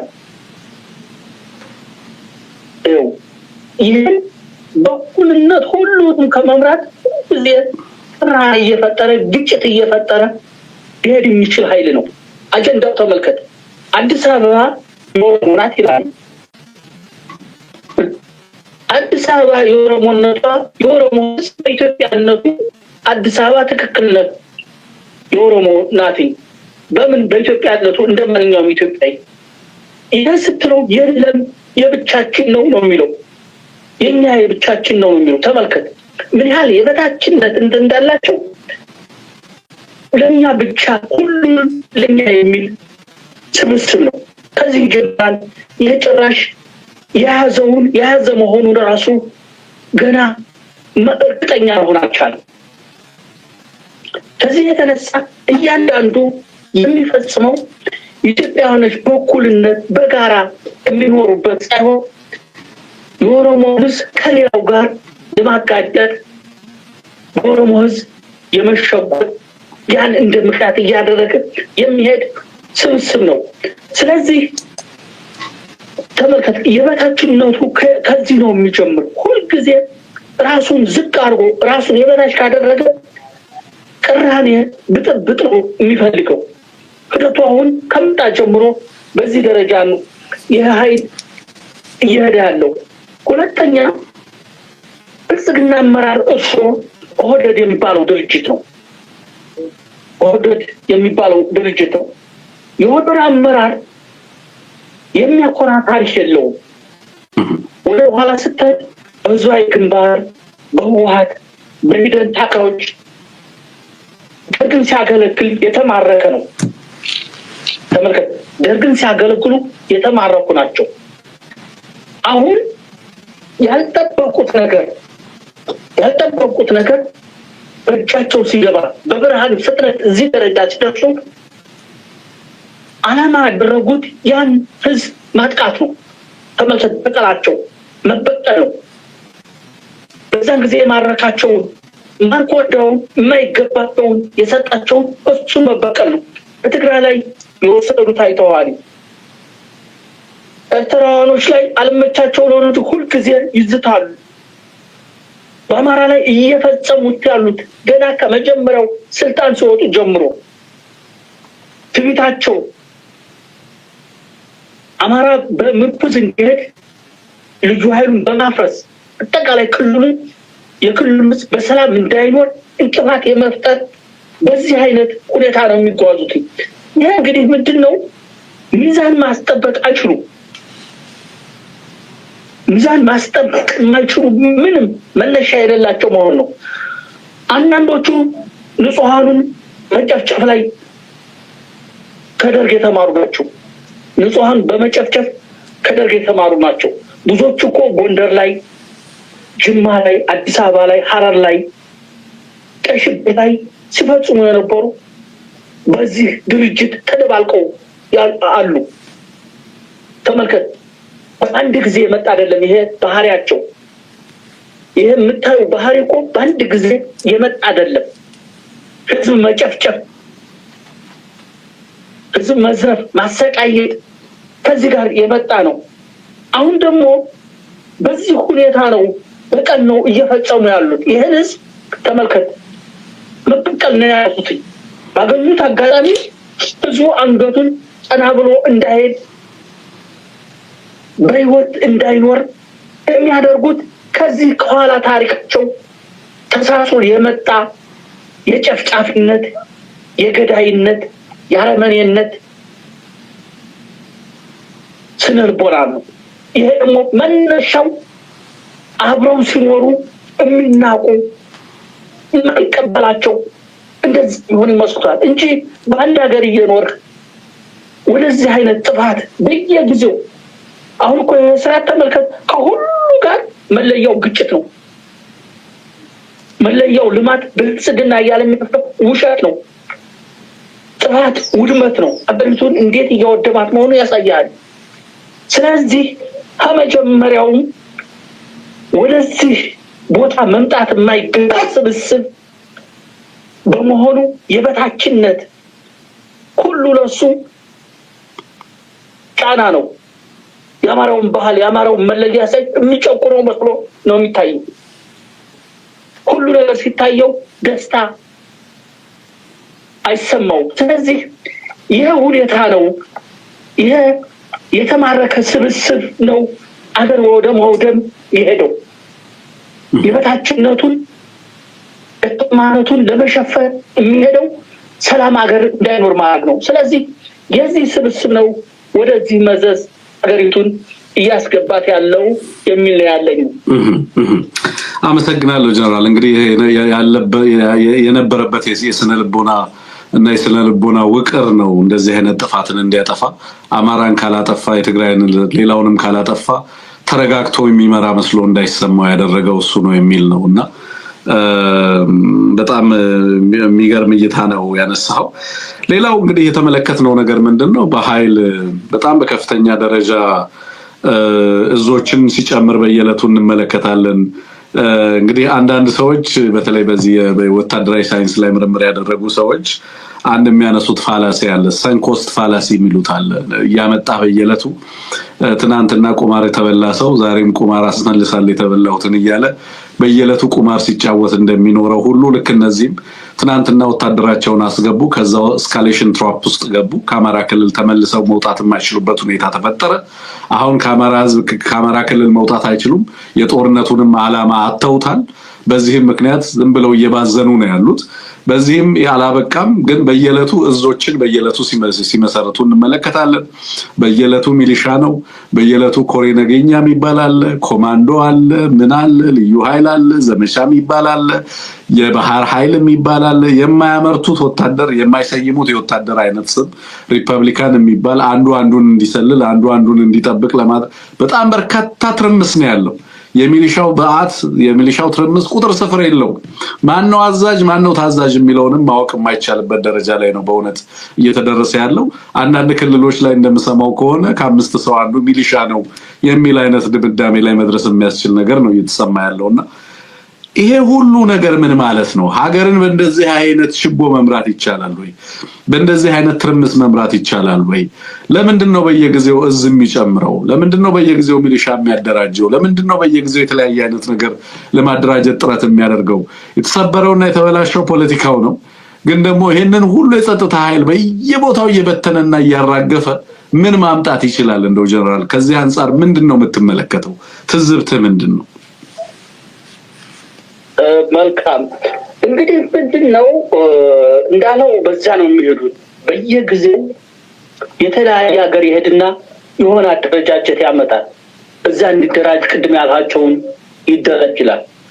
የማይለው ነገር የለም። ምንም የማይሰራ ኤሊወለድ ምናምን እያለ በየጊዜው ይደሰኩራል። ተመልከት፣ ይህ የምታየው የተያዘ የተጨበጠ ነገር የለውም። አሁን እዚህ ላይ ዋነኛው የሚገፋቸው መነሻቸው ስልጣናችን በኃይልና በኃይል ብቻ እናስቀጥላለን ነው። ስልጣናችን በእጃችን የገባችን ስልጣን ነው የሚሉት ሁልጊዜ። በእጃችን የገባች ስልጣን ለ150 ዓመት ያጣናት ስልጣን በእጃችን እንዳትወጣ የሚል ሁልጊዜ በየቦታው ይደሰኩራሉ። እና ስልጣናቸውን ማቆየት የሚፈልጉት በጦርነት ነው፣ በኃይል ነው፣ በማስፈራራት ነው። በዚህ ነው አሁን ተመልከት ይሄን ያህል ዝግጅት በተደረጃ ነው። ለዚህ በሚመች ደግሞ ጸጥታ ኃይሉን መዋቅሩን በኦሮሞ መኮንኖች ማያዝ አስይዘውታል። አንዳንድ ወዳደሮች አልፎ አልፎ ጣል ቢያደርጉም አብዛኛው ግን በዚህ ደረጃ ነው። ሰራዊቱ መታሽ ተዋጊ አሁን ሄደው አማራው ቀስ በቀስ እያየ ገለል ማለት ሲጀምር ደቡቦችም በብዙ ነገር ይሄ ስርዓት የኛ አይደለም እያሉ እየተው ሲመጡ እንዳለ እያስገድደ ነው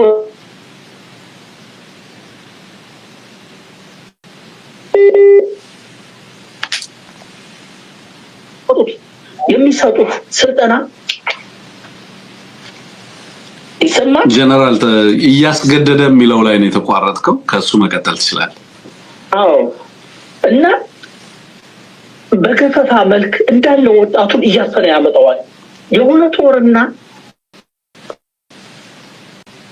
ዛበታይ ስልጠና እየሰጠ መልሶ ነው የሚያስገባው። አሁን ተመልከት፣ አሁን እዞች የሚሉ በየጊዜው እዝ ምን ማለት እንደሆነ በወታደር ቤት ይታወቃል።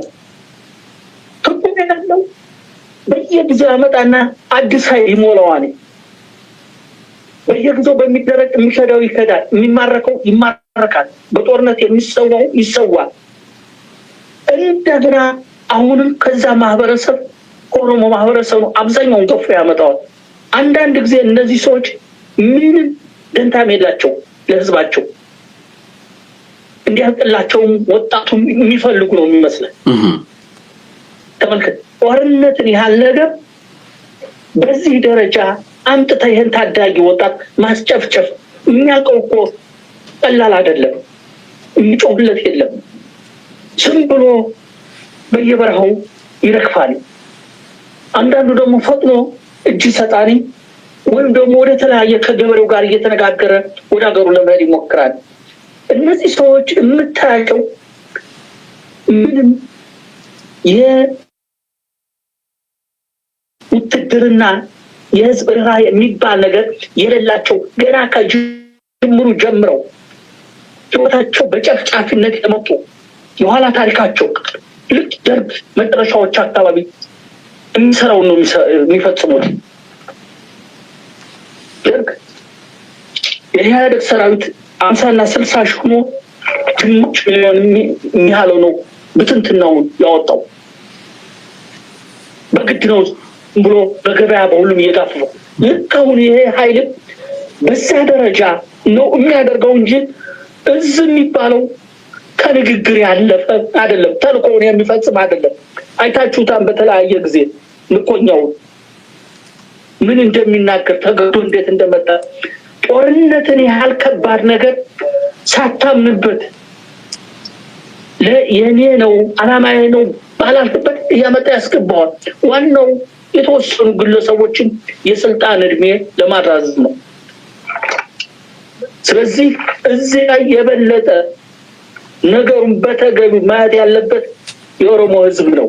የህዝብ ልጆቹን በየጊዜው ወደ ስልጣን ለመጣ ሁሉ ይገብራል።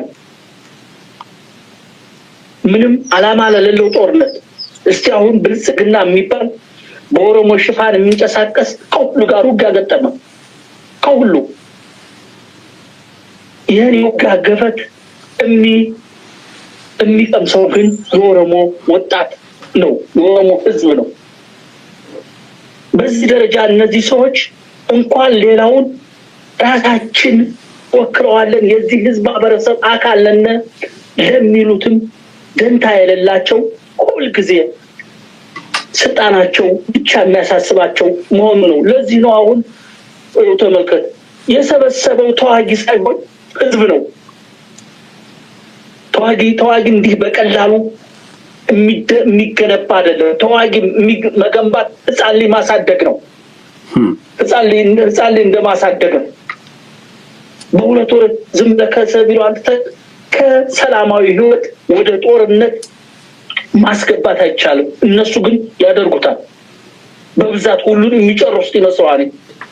በብዛት እየላኩ እንጠርገዋለን ምንም የሚያቆመን የለም ፋኖንም ህወሓትንም ህዝባዊ ግንባርንም እያለ ሁሉ ጊዜ ይናገራል ጭራሽ ለሚናገሩት እኮ አይሰቃቸውም ስለዚህ በዚህ የተነሳ እዚህ የሚጥለው ትርጉም ያለው አይደለም ወደ ውስጡ ስገባ ቢከፍቱ ተልባ ነው ትክክለኛው ቢከፍቱ ተልባ ግርም ይልሃኝ ብዙ ቦታ ተልስታቸው ስለዚህ ይሄ የሚለፈልፈው ለማያውቀው ነው ውትድርናው ለማያውቀው እንደዚህ እንትን ሲል ሰልፉን ምናምን ሳይ እንጂ በተጨባጭ ካየው እዚህ ግባ የሚባል አይደለም ለማለት ነው ያ እንግዲህ መሬት ላይ በሚታይ ውጤት ከተለካ እንግዲህ የሚያሰለጥኑትና የሚያስገቡ ወታደር ምን ያህሉን ያስገቡትንም ወታደር ከሁለት ወር በኋላ በሪፖርት እንኳን ማካተት የማይችሉበት ደረጃ ላይ እየተደረሰ እንዳለ ነው የምንሰማው በየጊዜው እንደው እንግዲህ ይሄንን ሁሉ ወታደራዊ ሁኔታዎችን ካነሳን በኋላ እንግዲህ አሁን በቅርብ ጊዜ የአማራ ህዝብ ማንንም ሳይቀሰቅሰው ወጥቶ አርሶ አደሩ በተለይ ድሮ በመሰለፍ እንግዲህ ተዋቸው ይሰለፉ ሲባል የነበረው ህዝብ አንዳንዴ ደግሞ ላገዛዙ ካልተሰለፍክ በስተቀር ሰልፍ ማድረግ አትችልም ሲባል የነበረው አርሶ አደር ዛሬ በነቂስ ወጥቶ በሁሉም አካባቢ ላይ እጅግ በሚያስደንቅ ሁኔታ ምድር አንቀጥቅጥ ሰልፍ እያደረገ ድምጹን ሲያሰማ ተመልክተናል የአማራ አርሶ አደር የሽግግር መንግስት ይቋቋም ስቃያችን እውነት ነው ምርጫው የሐሰት ነው የሚገዳያችንን አናነግስም ይያለ እንግዲህ በመላ አማራ ይሄንን አይነት ሰልፍ ሲካሄድ ነበር የከረመውና መቼም ሳትከታተለው የቀረህ አይመስለኝም በተለያዩ ሚዲያዎችም ሲተላለፍም በተለያዩ ቦታዎች ምናልባትም ሲደረግ ተመልክተ ሊሆን ይችላልና ምንድነው የታዘብከው ምንድነው የተረዳኸው ከህዝቡስ መልእክት ከአማራው አርሶ አደር መልእክት ምንድነው የሰማው ህዝባችን ስነ ልቦናው አሁን በምን አይነት ደረጃ ላይ ይገኛል በዚህ ሁሉ መከራ በዚህ ሁሉ ጦርነትና ስቃይ ውስጥ ሆኖ የማይሰበር ህዝብ መሆኑን አረጋግጧል ብዬ ነው ማስበውና ከዛ ህዝብ መልእክት ከዛ ህዝብ ድምጽ ምንድነው የተረዳኸው ምንድነው የገባህ ጀነራል እሺ ምንድነው የአማራ ህዝብ የሚፈጸምበት በደል ከሚሸከመው በላይ ነው የሆነበት ከሚሸከመው በላይ ነው የሆነበት ነው ቀረበሎ ስታየው ይሄ መንግስት የህል ክምሩን ያቃጥልበታል የእምነት ቦታውን ያጋየዋል ከባድ መሳሪያዎችን ደርድሮ ምንም ፋኖ በሌለበት ወደ ብዙ መንደር ይተኩሳል ሁሉን ገብቶ ይጭልበታል ከብቱን ያርድበታል እና ይሄ እንደው ከሚሸከመው በላይ ተመልከት በዚህ ደረጃ ነው ያለው ራሱ ፋኖ ማጥቃት ሲያቅተው ለመጥ የሚፈልገው በንጹሃን ህዝቦች ነው ፋኖ አንድ ነገር ሲያጠቃው ምንም ፋኖ በሌለበት ነው ተኩስ የሚተኩሰው ይሄ ኃይል ስርዓት የሚባል ነገር የሌለው መሆኑን ነው ስለዚህ የአማራ ህዝብ በጋራ ሆኖ ስሜቱን ነው የገለጸው ገዳችን አንመርጥም ነው ምርጫ ላይ ያለ ይለፈልፋል ገዳችን ከዚህ በኋላ አንመርጥም ነፃነታችን በትግልና በትግል ብቻ ነው ማግኘት ያለብን የሚል መልእክት ነው ያስተላለፈ ያለ እዛው እንዳለ ለፋኖ በርቱ የሚል መልእክት ነው ሲያስተላልፍ የነበረው ስለዚህ ከሚሸከመው በላይ ስለሆነበት ይሄ ከዚህ በኋላ መፍትሄ የምናገኘው በትግላችን ነው ይሄ ስርዓት የኛ ስርዓት አይደለም በተደጋጋሚ የሚፈጽመውን ነገር አየው ይሄ ለማስተጋባት ነው ሁሉም አካባቢ በአንድ ጊዜ ብድግ አለ እዛው በቅርብ ባሉት የቀበሌና የተለያየ እንትናቸው ተመርተው ስለዚህ ህዝቡ ከሚሸከመው በላይ ስለሆነበት ነው ፈንድቶ ወጣው እንደገና ደግሞ ከዚህ በኋላ እንደ ህዝብ አንድ ቃል መናገር ለፍላጎቱ መንቀሳቀስ ሁሉም ማድረግ ያለበትን ማድረግ እንዲችል በሰልፎቹ ቃል እየገባ ነው ራሱን ካልጠበቀ ራሱን በራሱ ካላደረገው መጠበቅ ካልቻለ ይሄ ስርዓት ምን ያህል ግፍ እንደሚፈጽምበት በጋራ መነጋገሪያ ያደረገው መሆኑን የሚያሳይ ይህ እንግዲህ የተወሰኑት ነው ማየት የቻለው እንጂ ብዙ ቦታ ላይ በዚህ ደረጃ ነው ሁሉም አካባቢ ላይ እንቅስቃሴው የተቀጣጠለው ለማለት ነው። ጀነራል እንግዲህ ከዚህ ጋር ተያይዞ እንግዲህ የአማራ ህዝብ በተለይ በዚህ ደረጃ በታሪኩ በከፍተኛ ደረጃ ተነቃንቆ ከባድ ተጋድሎ ከባድ መስዋዕትነት እየከፈለ ነው ያለው። ልሂቃኑም ከምን ጊዜው ታይቶ በማይታወቅ ደረጃ በአማራነታቸው እየታሰሩ ነው፣ ለአማራ እየተሰሩ ነው፣ ለአማራ ህይወታቸውን እየሰጡ ነው። በየአካባቢው ላይ ንቅናቄ አለ፣ በዳያስፖራም በሀገር ውስጥ።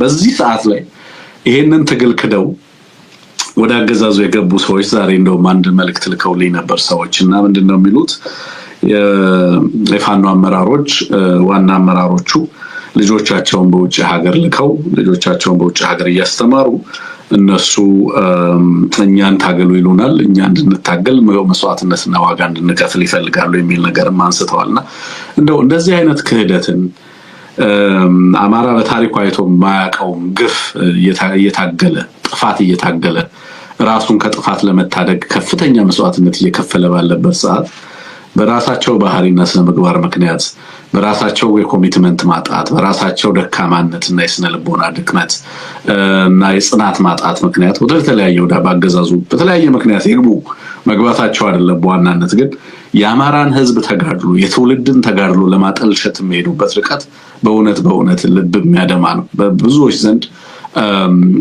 የአማራ ህዝብ አስተያየትን እቀበላለሁ፣ በሚዲያም የሚላክልኝ መልእክት ያለው በጣም ብዙ ህዝብ በጣም በከፍተኛ ሀዘኔታ ውስጥ ሆኖ የሚመለከተው ነው የነዚህን ሰዎች ንግግርና አገዛዙ ከሚያደርስበት በደል በላይ እነዚህ ልጆች በአማራ ህዝብ ትግል ላይ የሚናገሩት ነገር በአማራው ህዝብ ላይ እየፈጠረ ያለው ቁጭትና ተነሳሽነት ቀላል አይደለምና ነው ልጆቻችሁን ወደ ውጭ ሀገር ልካችሁ ነው ወይ አመራሮቹ በርግጥም ይሄን ትግል እያደረጋችሁ ያላችሁት የሚለውን ነገር እንደው በዚህ አጋጣሚ ስለነዚህም ሰዎች ማንሳት ፈልጌ አይደለም። ግን በዚህ አጋጣሚ ህዝባችን አርሶ አደሩ ድምጹን በዚህ ደረጃ እያስተጋባ ትግሉን በዚህ ደረጃ ኦን አድርጎ ይሄን ሁሉ ዋጋ እየከፈለ ባለበት እነሱ ወጣው እንደዚህ አይነት ነገር ሲናገሩ ያው ትላንት ትግል ላይ የነበሩ ሰዎች የአማራ ህዝብ ያከበራቸው የነበሩ ሰዎች ናቸውና እንደው በዚህ ላይ የምትለው ነገር ካለ ጀነራል። እነዚህ ሰዎች በመጀመሪያ እንደዚህ ተናገሩ እንደዚህ በሉ የሚለው ብልጽግና የሰጣቸው ነው። ምንም እንትን የላቸው ብልጽግና ይሄን በሉ ነው። ምክንያቱም የብልጽግና መነሻው በእነዚህ በሚገቡ ሰዎች ትንሽ ፋኖ ላይ ልዩነት እፈጥራለሁ የሚል ነው። አይተ ከሆነ እነሱም የተባሉትን ቆረጥ አድርገው ለመናገር ይሞክራሉ። በዚህ ነው መጀመሪያ ከራሳቸውም ስታያቸው ተመልከት ጽናት የሚባል የሌላቸው መሆኑን ነው። የአማራ ባህል ጽናት ጀግንነት የጀመረው መጨረስ ነው። እነዚህ ግን በተለያየ ግንባር ነበሩ። ትክክል ነው። ከተለያየ ወንትን እኮ ሲመጣ አንዳንዱ መሪ ነኝ ይላል። ማን ነው ስመራ የነበረው? አንዱ ብቻውን ወጥቶ ገባ። አንዳንዱ ደግሞ ሁለትም ሶስት ሰው ያዘም ለመግባት ሞከረ። ተመልከት ሞራል የሚባል የሌላቸው መሆኑ እስቲ እንመራዋለን የሚሉትን ኃይል ጥለው መሪ ካለ የሚመራውን ጥሎ የሚመጣ መሪ ከመቼ ወዲህ ነው በአማራ ባህል ያለው? ከመቼ ወዲህ ነው? ተመልከታቸው። አንድ መሪ ከሱ በታይ ሆኖ ግንባር ቀደም እያሉ እየበረረ ይመጣ። ይሄ ከተለያየ በሚያገኘው ገንዘብ የሚደለል የደካማ ትግል የጽናት ውጤት ነው። መጀመሪያ ሌሎች ሲታገሉ ይሄዳል፣ ያ የተወሰነ ጊዜ እዛ ይንደፋደፋል። ከዛ በኋላ አሁን ብዙዎቹ አይታቸው ከሆነ እዚህ ስርዓት ጋር የነበሩ ናቸው። ሁሉም እዛ የምታያቸው ተደርድረው ያሉ በግል ስማቸው ማንሳት አልፈልግም። በዚያ ስርዓት ሲማቅቅ የነበረ በድል ደረሰብኝ ብሎ ከፋኖ ጋር ለመግባት የሞከረ ነው። ምን ሰርቶ ነው ወደዛ የሚሄደው? ከዛ የደካማነታቸው ደግሞ ምንድነው ትግሉ ተጠልፏል ይላል። ትግሉን ነገሌ ጠልፈውት አሁን እኮ ነው ብድግልና እዛ ትግሉን መቋቋም የሚችል ዲስፕሊን የሌለው የተበላሸ ስብና ያለው ውሸታም። አሁን አንዳንዱ ውጪ ላይ ያሉትን አንዳንድ በተለያየ ሀገር የሚኖሩትን ገንዘብ ሲለምን የነበረ ተመልከት፣ ገንዘብ ሲለምን የነበረ ለማኝ ነው። ከዛ በኋላ የሚመጣ ትግሉን መቋቋም ለተለያየ ነገር ሲረታ ጽናት የሚባል ነገር ሲያጣ የማያውቀውን ትግሉ ተጠልፏል ይላል። ይሄ ብልጽግና የሰጠው ነው። ማን ነው የሚጠልፈው? መጀመሪያ አማራን ትግል ከኛ በላይ ማን አለና ነገርነህ እኮ ከኛ በላይ ምንም የለም ነው ያልነው። እንኳን ጠራፊ ስርዓቱንም በዚህ ደረጃ ነው ልንፋለመው የተዘጋጀ ነው። ለምንድን ነው የምንፋለመው? ስለዚህ በዚህ ደረጃ ነው። ምንም በሰራዊት ላይ ኖሮ አልኖሩ ትርጉም ያለው ስራ የላቸውም። የተዋጋ አስተያንጣ ብሎ በፌስቡክ ፍጡር እያሳየ ጀግና ከሚሰሩት ተለጥፎ ከመታየት ውጭ ምንም የለው። ብዙዎች እንኳን ተላቀቀን ነው ያለው። እንኳን ተላቀቀን እዚህ ሼም ነው። አንዱ ነው በትግል እንደዚህ አይነት ነገር ምን ጊዜ ያጋጥማል። ትግልን የጀመረው አይጨርሰው። በጣም መንፈሰ ደካሞቹ በቃ ምንም የሚታያቸው ነገር የለም። የትግሉ መጨረሻ ሄደው ሲገቡ ታያለ። ከዚህ በፊት የተለያየ ትግል ያየነው ነው። ምንም እነዚህ ሄዱ በትግሉ ላይ የሚያመጣው ነገር የለም። አየሁ አይደለ? ባለፈው አሰር ገሰሱንና ቅራቅንቦን ሰብስቦ የአማራ ክልል ይህን ያህል ፋኖ ገባ እያለ ሲለፈልፍ ከረመ። በማግስቱ ተከታታይ ማጥቃት ሲሰነዘርበት ምንድነው ያለው? ምርጫ ማድረግ አልችልም፣ መከላከያ በዚህ ደረጃ በብዛት ይግባ። ተመልከት እንግዲህ የማያፍር መሆኑ። ይህን እኮ ሰብስቦ ማሰር ያለባቸው ናቸው። መጀመሪያ ያልሰራውን ሰራ አልቆለታል ምናምን እያለ ረፍ ሰጥቶ ሲለፈልፍ ከረመ። እየጠረገ ይዞት ወደ ባህር ዳር ሲሄድ የነበረው ጫጫታ አይታችሁታል። ስለዚህ ምንም ይሄ ስሜት አይሰጠንም። ትግል ግብ የሚደርሰው ጽናት ባላቸው ዲስፕሊን ባላቸው ለገንዘብ የማይስከበከቡ ለአማራ ህልውና ዋጋ ለመክፈል የተዘጋጁ እነዚህ ናቸው። ወደፊትም የትግሉ መሪ እነዚህ ናቸው። ልክ ነው። ይሄ ግብስብስ ጥራጊ መቶ የተለጠፈ እንደዚህ ነው የሚጠራው። እንደዚህ እየጠራ ያለ ተገትሮ በየቦታው ሰልባጅ ሱፍ አልብሰውት ስለ ትግሉ ይፈልጋል። እኛ ይሄ በሽታ እንደተላቀቀ ነው። ምንም የሚያመጣው ውሸት በህዝብ የሚያመጣው ነገር የለም። ምክንያቱም ፋኖ በላይ የሚሰጠው ስራ ሌላ አጀንዳ ነው። ተመልከታውን ባለፈው ያን ያህል ሲለፈልፍ ከረመ አይደል? ልክ ጉዳዩ በዛ ደረጃ እየፈጠነ ሲሄድ እንዴት እንደተቆጣጠራቸው አይታችሁታል። ስለዚህ እኔ ምንም እንደውም እንደነዚህ አይነት በሽታ በጊዜ መላቀቁ ተፈላጊ ነው የሚለው ምን ስሜት አይሰጠንም። እዛው የፌስቡክ ጓደኛው ጋራ ሲጃጃል ይዋል ማለት ነው። ልክ ነህ ጀነራል። እንግዲህ ከራሳቸው ታሪክ ጋር ነው የተጣሉት። በነገራችን ላይ ትናንታቸውንና ዛሬያቸውን ብቻ ሳይሆን ነጋቸውንም ነው የደመሰሱትና ፍርዱን ለአማራ ህዝብ መተው ነው። የአማራ ታሪክ ነው ከነዚህ ልጆች ጋር የሚነጋገረው። እኛ አይደለንም የምንነጋገረው ወይንም ታጋዩ አይደለም የሚነጋገረው ብዬ ነው የማስበው። እና ለሚናገሩት ነገር ግን እጅ መስጠታቸው ሳያንስ ለሚናገሩት ነገር ቢጠነቀቁ ለራሳቸው ሲሉ ግን ጥሩ መሆኑን በዚህ አጋጣሚ ለማንሳት እንጂ የአማራ ህዝብ ትግል የት እንደሚደርስ በተግባር ያዩታል ብዬ አስባለሁ። ነገ ሳይውል ሳያድር ውጤቱን ያዩታል። እንደው ጀነራል የመጨረሻ ማነሳለህ ጉዳይ እንግዲህ አሁን ምን ላይ ነው ያለነው? አጠቃላይ ያን የአፋብን አቋም፣ የአማራ ህዝብ ተጋድሎ አቋም፣ ኢትዮጵያ ውስጥ ያለው የስርዓቱ አቋም በአጠቃላይ ምን ላይ ነው ያለው? ለኢትዮጵያ ህዝብ ምንድነው የምትነግረው? ምንድነው የምታስተላልፍለት መልእክት? አሁን ትግሉ የት ደርሷል ማለት ትችላለህ? ምንድነው እንዲጠብቅ የምትፈልገው? ምን ማድረግ እንዲጠብቅ ብቻ አይደለም ምን እንዲያደርግስ ነው የምትመክረው? አሁን ብዙ ጊዜ ህዝቡ ምን ይጠብቅ ነው የሚባለው፣ ህዝቡ ምን ያደርግ የሚባል ማድረግም አለበት ብዬ ስለማምን ነውና የእናንተን ቁመና ያገዛዙን ቁመና ሀገር ያለችበትን ሁኔታ ከዚህም አንፃር ለአማራውም ህዝብ ሌላውም ለኢትዮጵያ ህዝብ ምንድነው የምትነግረው? ምንድነው የምትመክረው? ምንድነው የምታስተላልፈው መልእክት የሚለውን እናንሳ ብዬ ነው። እኔ አሁን የኢትዮጵያ ህዝብ አታጋይ ድርጅት አለው ብዙ ቦታ ላይ እያቆጠቆጠ ነው። ፋኖ ብቻ አይደለም የተለያየ ቦታ ላይ በደቡብ በምዕራብ በምስራቅ በሁሉም አካባቢ ይሄ ስርዓት መወገድ አለበት የሚል የጋራ እምነት ተፈጥሯል።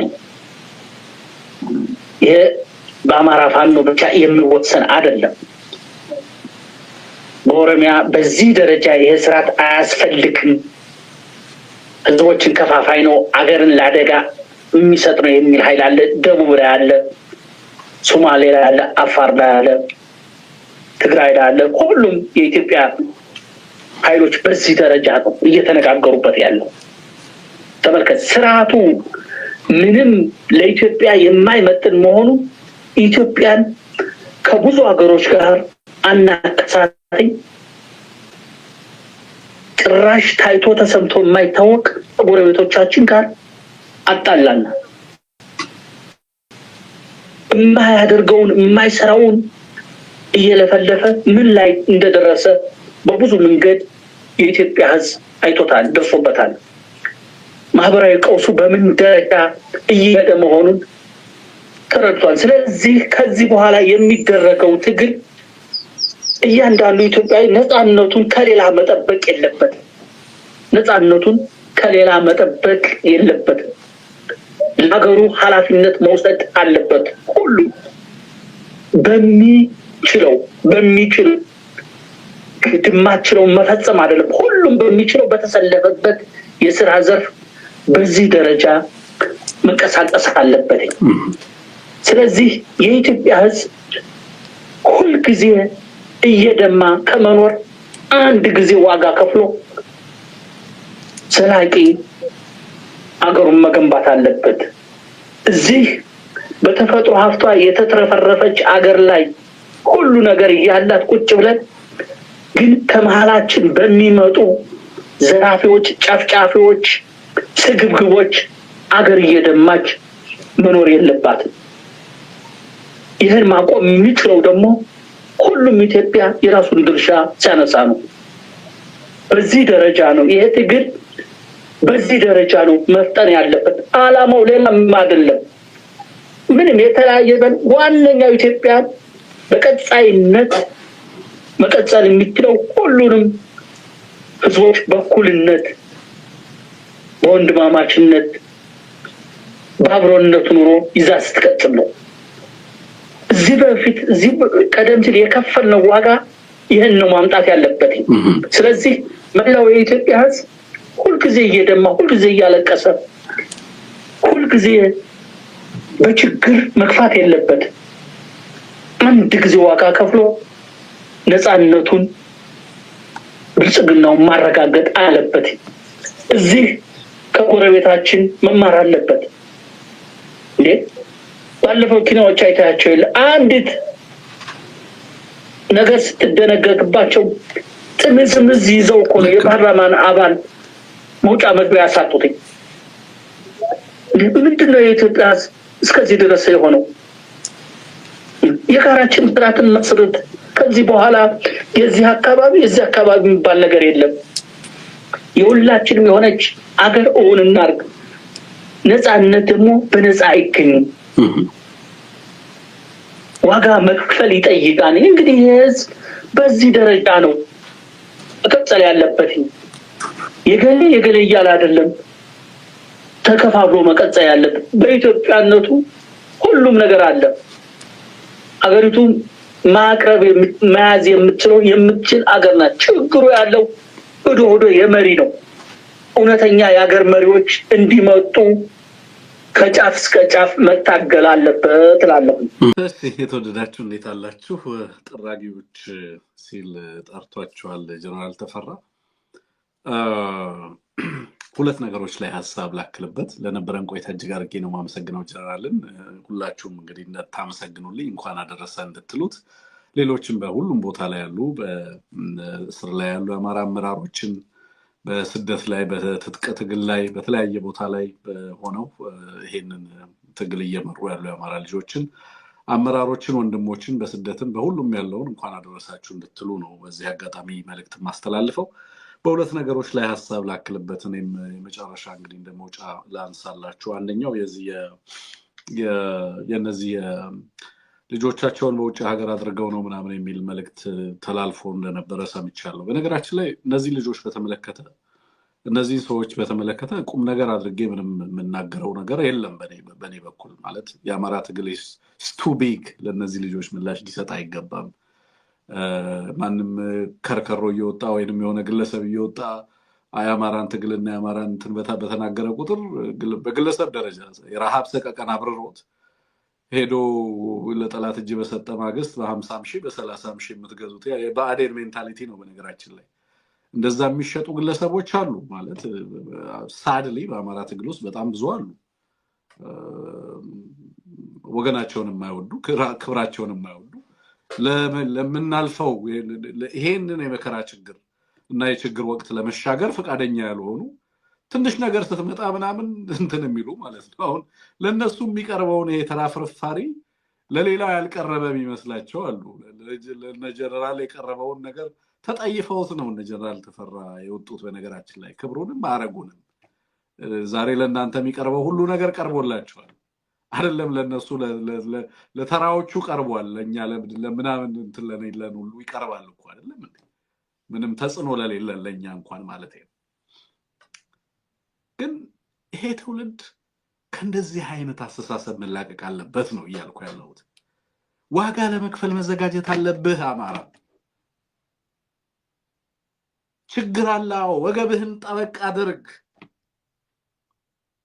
እንዴ ንጉሱ አጤ ምኒልክ፣ አጤ ቴዎድሮስ፣ ሌሎቹ የኢትዮጵያ ነገስታቶች ለምሳሌ አድዋ ላይ አጤ ኃይለ ሥላሴን ተውት፣ አድዋን የቅርብ ጊዜውን እንውሰደው፣ ማጮውን እንውሰደው። መሰደድ አለ እኮ አይደለም እንዴ? ጥለው ተሰደዋል። ከዛ በኋላ ወደ ሱዳን በረሃ ወርደዋል ምናምን እና የመጨረሻውን ዝቅታ መውረድ ከነበረባቸው መውረድ ነበረባቸው። አጤ ምኒልክ ተጉዘዋል። ዙፋናቸውን ትተው ነው ከነገስቲቷ ጋር ነው የዘመቱት። አለመመለስ ነበረው፣ ያውቃሉ አለመመለስ እንደነበረው። ለምሳሌ የጣሊያን ጦር የሳቸውንና የነገስቲቷን ፎቶ ሌሎችም የመኳንንቶቹን ፎቶ አትሞ ለሰራዊቱ ሰጥቶ ነበር፣ እነዚህን ማርኩ ብሎ። ከዛ በኋላ ያበሻ ጦር ይበተናል ተብሎ ማለት። ግን ዙፋኑን መናቅን ይጠይቅ ነበር ኢትዮጵያን መታደግ። አድዋ እያልክ ዛሬ ባንዲራ ይዘህ የምትደበቅበት የአባቶች ድል ያንተ ድል አይደለም። አልከፈልክም ዋጋ፣ ስትቀጥፍ ነው በአድዋ ስር የምትደበቀው። ያንተ ትውልድ አድዋ ዛሬ የሚከፈለው መስዋዕትነት ነው። የሀገር ባለቤት ለመሆን በሚደረገው ጥረት ውስጥ ሰው ነኝ ለማለት የምትከፍለው ዋጋ ነው ዛሬ። በዚህ ሂደት ውስጥ የአማራ ህዝብ ሚሊዮኖች ጎዳና ላይ ተበትነው እኔ በግል ለምን እገባለሁ? ለምንድን ነው እጅ የምሰጠው? ይሄ ሁሉ ወገኔ በእስር ቤት እየማቀቀ እኔ በግል ምንድን ነው የማተርፈው? በግል ነው እንደ ከዚህ አገዛዝ ጋር ጠብ ውስጥ የገባሁት? እኔ በግል ነው የተጣላ ነው?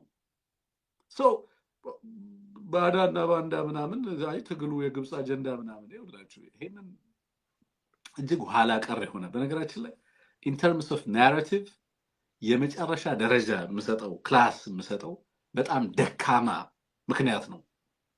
የሌሎችን አጀንዳ የአማራ ትግል ሊሸከም የሚችልበት ንቃት አእምሮ ላይ አይደለም ያለ የአማራ ትግል፣ ከዛ በላይ ነው። ማንም አማራን አጀንዳ አሸክሞ ሊልክ የሚችልበት ዘመን ላይ አይደለም ያለ ነው። እኔ ለመሸከምና ለመላላክ አይደለም እዚህ የቆምኩት። የነዛ ሚሊዮኖች ወገኖቼ በበተን ነው እዚህ የሚያስቀምጠኝ። ስለዚህ እነዚህ ወገኖቼ ሳይመለሱ በተበተኑበት ህዝቤ ላይ ጦርነት በታወጀበት እኔ ሄጄ አዲስ አበባ ላይ ኤርፖርት ላይ አቀባበል እንዲደረግልኝ ከፈለኩ ይሄ ክህደት ነው። በምንም አይነት የውስጥ ቅራኔ ትግሉ ላይ ብዙ ችግር ልመለከት እችላለሁ። ግን የአማራ ህዝብ ጠቅላላ የወል ጥቃት ሳይቆም እኔ በግል አልደራደርም። ክህደት ነው። ምንም ቢደረግልህ እስረኞቹም ቢፈቱ የአማራ ህዝብ ላይ የታወጀው ጦርነት ምን አደርጋችሁ ነው እጅ የሰጣችሁት? ከዛ በኋላ ደግሞ ሄዳችሁ የአማራን ህዝብ ለመዝለፍ የትውልድን ትግል ለመዝለፍ እንዴት ደፈራችሁ ነው? ስለነጋችሁ አታስቡም ወይ? እኔ እኮ በዚህ ትግል ውስጥ እንትን የምትሰጠው ክሬዲት አለ። ለምሳሌ ዲዮሴንትሪክ ክሬዲት አለ። ትላንትና አንድ ሰው ትግል ቢያደርግ ትላንት ለደረገው ትግል ክብር ትሰጣል። ለምሳሌ አንድ ሰው ትግል ላይ ታሙ በቃኝ ትግል አልችልም፣ የሚጠይቀውን መስዋዕትነት መክፈል አልችልም ብሎ ወደ ቤቱ ቢገባ አንደርስታንደብል ነው። ስለዚህ ትግል አቆም ሊባል ይችላል። ትናንትህንና ህዝብህን ልታዋረድ ግን አትሰለፍም። መጀመሪያውኑ ጠላት ሆነ ካልገባ በስተቀር ይኸውላችሁ ሰው ዛሬውን ለድርድር ሊያቀርብ ይችላል ካገዛዙ ጋር። ለምሳሌ በቃ ትግል አቆማለሁ፣ ስለዚህ ተደራድሬ ትግል በማቆሜ አገዛዙ ተደራድሮኝ ካስገባኝ ተደራድረህ ትገባለህ አይደል? ለምሳሌ ፋንታውን ትናንትህን እንዴት ትደመስሳለህ? ትናንት ያደረግከውን ተጋድሎ እንዴት ትደመስሳለህ? የከፈልከውን መስዋዕትነት እንዴት ትክዳለህ? የወጣህለትን ዓላማ እንዴት ትክዳለህ? የህዝባችን ስቃይ ሳይቆም ትግል ውስጥ ባየኋቸው የአሰራር ችግሮች ምክንያት ለአገዛዙ እጅ ሰጠው እንዴት ይባላል? ምን አይነት ሎጂክ ነው? ምን አይነት ምክንያት ነው ይሄ ምክንያት? ብለው ደግሞ አሁን ላይ መጥተው ልጆቻቸውን የማን ልጅ ነው ውጭ ሀገር ያለው ነው ያላውቅም። አርበኛ መሳፍንት ነው ልጆቹን ውጭ ሀገር የላከው? ደረጀ ነው ልጆቹን ውጭ ሀገር የላከው?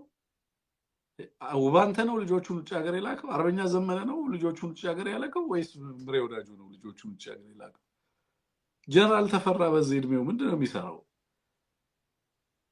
ቤተሰባቸውን ተጠይፈው እኮ ነው አማራዎች ጫካ ያወረዱት። ኑሯቸውን ተጠይፈው አይደለም ማለት መከፈል ያለበት ዋጋ የአማራ ህዝብ ማንኛውም ዋጋ ሊከፈልለት ይገባል ተብሎ ታምኖበት እኮ ነው። ቀላል ዋጋ አይደለም እኮ ይሄ፣ ቀላል ውሳኔ አይደለም ይሄ። እንዴት እንደዚህ አይነት ክደት ለማድረግ ተደፈረ? እና ደግሞ እኔ የሚያስፈራኝ ነጋቸው እኮ ነው ማለት ለነዚህ ልጆች የሆነ ቀዳዳ እንስጣቸው፣ ነገ ተመልሰው ይመጣሉ።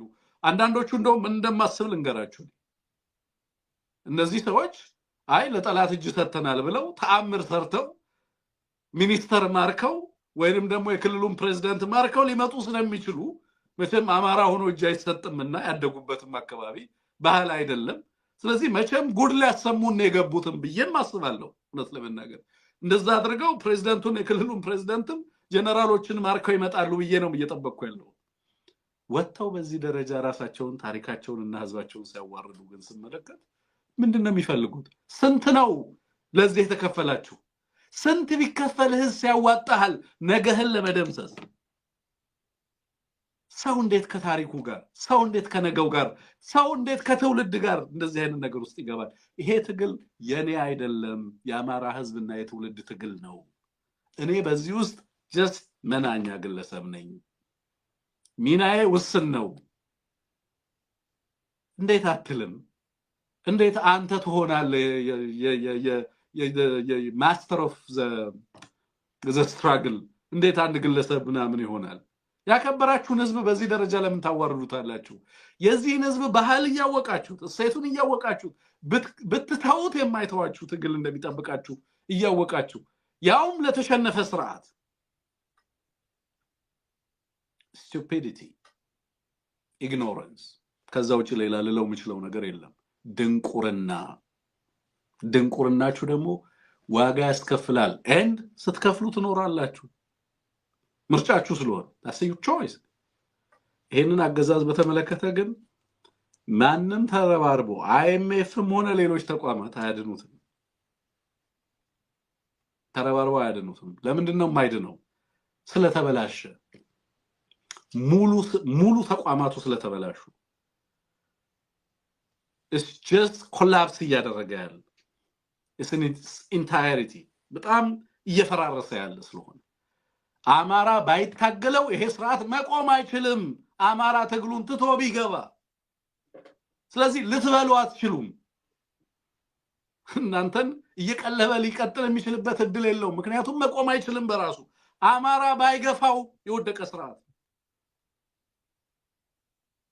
ትግራይ ላይ ተቀባይነት የለውም የሀገሪቱን በርካታ እንትን መምራት የማይችል በሁሉም መንገድ ኢንስቲትዩሽናል ኮላፕስ ገጥሞታል ስርዓት መፍረስ ገጥሞታል በብዙ መንገድ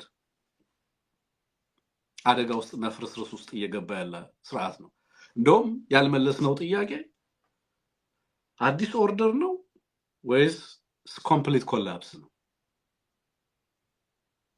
ሀገሪቱ ወዴት አቅጣጫ ነው የምትሄደው የሚለው ነው እንጂ የኢትዮጵያ ህዝብ ለመወሰን የተሸገረው የዚህን አገዛዝ ጣፈንታ በተመለከተ ማንንም ሰው ሊፈርምልህ ይችላል እዛ ጋር ቀርበው የሚናገሯቸው አንዳንድ ነገሮች ግን በጣም የሚያበሳጩ እንደው ራሳቸውንም መካሪ የላቸውም ወይ እነዚህ ሰዎች የሚያስብል እንደሆነ ስለምመለከት ላንሳው ብዬ ነው ሌላው የጠቅላይ ሚኒስትር ጽሕፈት ቤት ይቅርታ እንግዲህ የብሌኔ የምትባል ልጅ አለች አይ ቲንክ በስንት ጊዜ አንዴ የምትመጣ ከዛ ውጪ ስራዋ ምን እንደሆነ አላውቅም የታደሰ ወረደን ሹመት መታ ህጋዊ ነው ስትል ትናገራለች በነገራችን ላይ በአብይ አህመድ እና በትግራይ ኃይሎች መካከል ያለው ግንኙነት ህጋዊ አይደለም ህጋዊ መሰረትም የለውም አሁን ባለው ሁኔታ ምክንያቱም ትግራይ ላይ ምርጫ ከተደረገ በጣም ረጅም ጊዜ ነው ሞኖታል ህገ መንግስታዊ ስርዓቱ ፌል አድርጓል ሙሉ ለሙሉ ኢትዮጵያ ውስጥም አሁን ባለው ሁኔታ ስለ ህግ ልናወራ አንችልም ህጋዊ የታደሰ ወረደን ሹመት ማስቀጠል ህጋዊ እርምጃ እንደሆነ አድርጎ አገዛዙ አሁን መግለጫ መስጠቱን ሰምቻለሁ ምን ህጋዊ የሚያስብለው ነገር አለ የሚለውን ነገር ግን በትክክል ዲፋይን ሊያደርግ አይችልም በየትኛው ህግ ነው ይሄንን ውሳኔ ወሰናችሁት ብትሉ መሰረታዊ የሆነ ህግ ሊያቀርብላችሁ ወይንም ህጋዊ ምላሽ ሊሰጥ የሚችልበት እድል እንደሌለው ግን ግልጽ ነው ህጋዊነት የለም ህገ መንግስታዊነት የለም በክልሎችና በፌደራል መንግስቱ መካከል ያለው ግንኙነት ሁሉ የኃይል አማራጭ እና የጉልበት አማራጭ እንደሆነ ግልጽ ነው በሌሎች ሀገራት በህዝብና በስቴት ኤንድ ሶሳይቲ መካከል ያለው ግንኙነት is war በቃ በግልጽ በአማራ ህዝብና በአገዛዙ መካከል ያለው ግንኙነት ጦርነት ነው በቱለማና በሜጫ መካከል ያለው ግንኙነት ጦርነት ነው ሀገሪቱ ውስጥ ያለው ሁኔታ ከዛ የተለየ በሌላ መንገድ ሊገለጽ የሚችል አይደለም በክልሎችና በአገዛዙ መካከል ያለው ግንኙነት የጦርነት ኮንትራክት በጀት ይሰጣል ሚሊሻ ተመለምላለ አለቀ ከዛ ውጪ ክልሎች ቫይታሊቲ የላቸው አያመርቱም ህዝባቸውንና ለህዝባቸው አገልግሎት አይሰጡም መንግስታዊ አስተዳደር የለም ኮንትሮል የለም ኢፌክቲቭ የሆነ ገቨርናንስ የለም የኢሰንስ ኦፍ ኦቶሪቲ የመንግስትን መኖር ሰዎች የሚያውቁት በቴሌቪዥን የሚነገረውን እየሰሙ ከዛ ውጪ መንገዱንም አይቆጣጠርም ተቋማቶቹንም አይቆጣጠርም ካድሬዎችና ሚሊሻዎቹንም አይቆጣጠርም በዚህ ምክንያት ነው ህዝብ ራሱን ከጥፋት ለመጠበቅ እንዲገደድ ይሆነው የአማራ ህዝብ ወጥቶ ትግል የሚያደርገው የራሱን ሰላምና ደህንነት ከማን ከስቴት ራሱን እየታገለ ራሱን ለመጠበቅ ከማን ከሚያጠፋው መንግስት ይሄንን ለምዕራባውያኑ ለማስረዳት በጣም አዳጋች ነው በነገራችን መንግስት ባለባቸው ሀገራትና ስለ መንግስትነት ስለሚያውቁ ሀገራት ጋር ለመነጋገር አዳጋች ኢትዮጵያ ውስጥ ለገጠመን ነገር ማለት ማን ነው የሚወጋችሁ መንግስታችን ነው የሚወጋን ብሎ መናገር በጣም አስቸጋሪ ነው ማን ነው በድሮን ህዝባችሁን የሚጨፈጭፈው አገዛዙ የኢትዮጵያ ህዝብ መንግስት በኢትዮጵያ ህዝብ ደሞዝ የሚተዳደር ብሎ ማስረዳት በጣም ከባድ ነው እንደዚህ አይነት እጅግ አሳዛኝ ትራጀዲ ውስጥ ያለች ሀገር መሆኗን በደንብ መገንዘብ ያስፈልጋል ማለት ነው ኤኒዌይ ብዙዎቻችሁ ግን ለምን ነው ሰብስክራይብ ሳታደርጉ የምታዩት ማለት ሰብስክራይብ አዲስ ቻናል ነው ከሁለት ቀን እኮ ነው ከከፈት ነው ያኛውንማ ዘጉብን ነው በየጊዜው ነው ተቋማችን የሚዘጋብን ብያችኋለሁ በተደጋጋሚ ይሄም ሊዘጋ ይችላል ዛሬ ነገ ወይ ኤኒ ታይም ሱን ሊዘጋ ይችላል አንደኛ ቴሌግራማችንን ጆይን አድርጉ ቢዘጋም አዳዲስ እንድንከፍት ማለት ነው ስንከፍት እንድታውቁት ቴሌግራማችን ላይ ነው። ሁለተኛ ይሄ የከፈትነውንም ቶሎ ሰብስክራይብ አድርጉት፣ እንዲያድግልን እንፈልጋለን። ብዙ ሰዎች ጋር ተደራሽ እንዲሆን እንፈልጋለን። በዋናነት ግን ከዚህ በላይ ሰብስክራይብ አድርጉ ወጣን ወረድን ምናምን ከሚባለው የጠፋችሁ ነው ብትሉን እኛ አይደለን የምንጠፋው። እኛ በዚህ ትግል ውስጥ ሁሌም አለን፣ አንጠፋም። ልንጠፋ የምንችልበት ትግል አይደለም። ግን በየዕለቱ እኛን ለማጥፋት ጥረት ይደረጋል። ለምሳሌ ፕሮግራሞቻችን ከዩቲዩብ ፕላትፎርም እንዲደረጉ ይደረጋል ምናምን። ይሄንን ግን ማሸነፍ አለብን። በቋሚነት ሳተላይት ላይ የምንመጣበትን ሁኔታ ማሰብ ይቻላል። 100 አማራዎች ቢተባበሩ ተአምር መስራት ይችላሉ። 100 ሰው ብቻ እውነት ለመናገር ማለት ነው። ይሄንን ማድረግ ፍቃደኛ የሆናችሁ ሰዎች፣ ለመደገፍ እና ለመተባበር ፍቃደኛ የሆናችሁ ሰዎች ሲደመር 1723093725 በዚህ በዋትስአፕ ላይ በምትመለከቱት ቁጥር ዋትስአፕ ላይ ብትጽፉልን መልእክቶቻችሁን እናገኛለን። ከዛ እንደውላችኋለን። ከዛ በኋላ ድጋፍ የምናደርግ ሃክሎ ሎጂስቲክስ በጣም ነው የምናመሰግነው። እንግዲህ ስቲከር መግዛት አትችልም አዲስ ዩቲዩብ ላይ ስለሆነ፣ ግን በዜል ዛሬ ደግፈሃል የሚል ነገር በረከት ጽፎልኛልና ከልብ ነው የማመሰግነው። እንኳን አደረሳችሁ ወገኖቼ ማለት ፈልጋለሁ። በሁሉም ቦታ ላይ ያላችሁ መልካም በዓል ይሁንላችሁ። በትግል ላይ ሆነን ለምናሳልፍም መልካም በዓል ይሁንልን። ነገም ተነጎዳያም ፕሮግራሞቻችን ይቀጥላሉ ማለት ነው። የስልክ ውይይቶች እንኳን አደረሳችሁ መልእክቶቻችሁን ማስተላለፍ ትችላላችሁ። ስለዚህ እሱንም እንፈቅዳለን። ነገና ተነጎዳያ ስልኮቻችሁን እንቀበላለን። ሀሳብ አስተያየቶቻችሁን ላኩልን። ጥቆማና መረጃዎቻችሁንም እንደዚሁ አድርሱን። ይህንንም ስለምታደርጉ ከልብ እናመሰግናለን። ደግፉ። ጠንካራ የአማራ ተቋማትን እንገንባ። ለሽግግር የሚያስችል ቁመና ላይ እንዲመጣ የአማራ ትግል ኦልሬዲ መጥቷል። ለሽግግር እየተዘጋጀን እንደሆነ ታውቃላችሁ። በዚህ ሂደት ውስጥ ግን ጠንካራ ተቋማትን መገንባት ያስፈልጋል። እነዚህ ተቋማት እኔ የሚገለገልባቸው አይደሉም። የአማራ ትውልድ ልጆች የሚገለገሉበት የህዝባችንን ጥቅም የሚሞግት ተቋም እንድናቋቁም ነው። አሉ በርካታ ተቋማት፣ ብንተባበር ጥሩ ነው። አሁን ባለው ሁኔታ ግን ቢያንስ የጀመርናቸው እንድንጨርስ ድጋፎቻችሁን እንደዚሁ እንድታደርጉ በአክብሮት ጠይቃለሁ።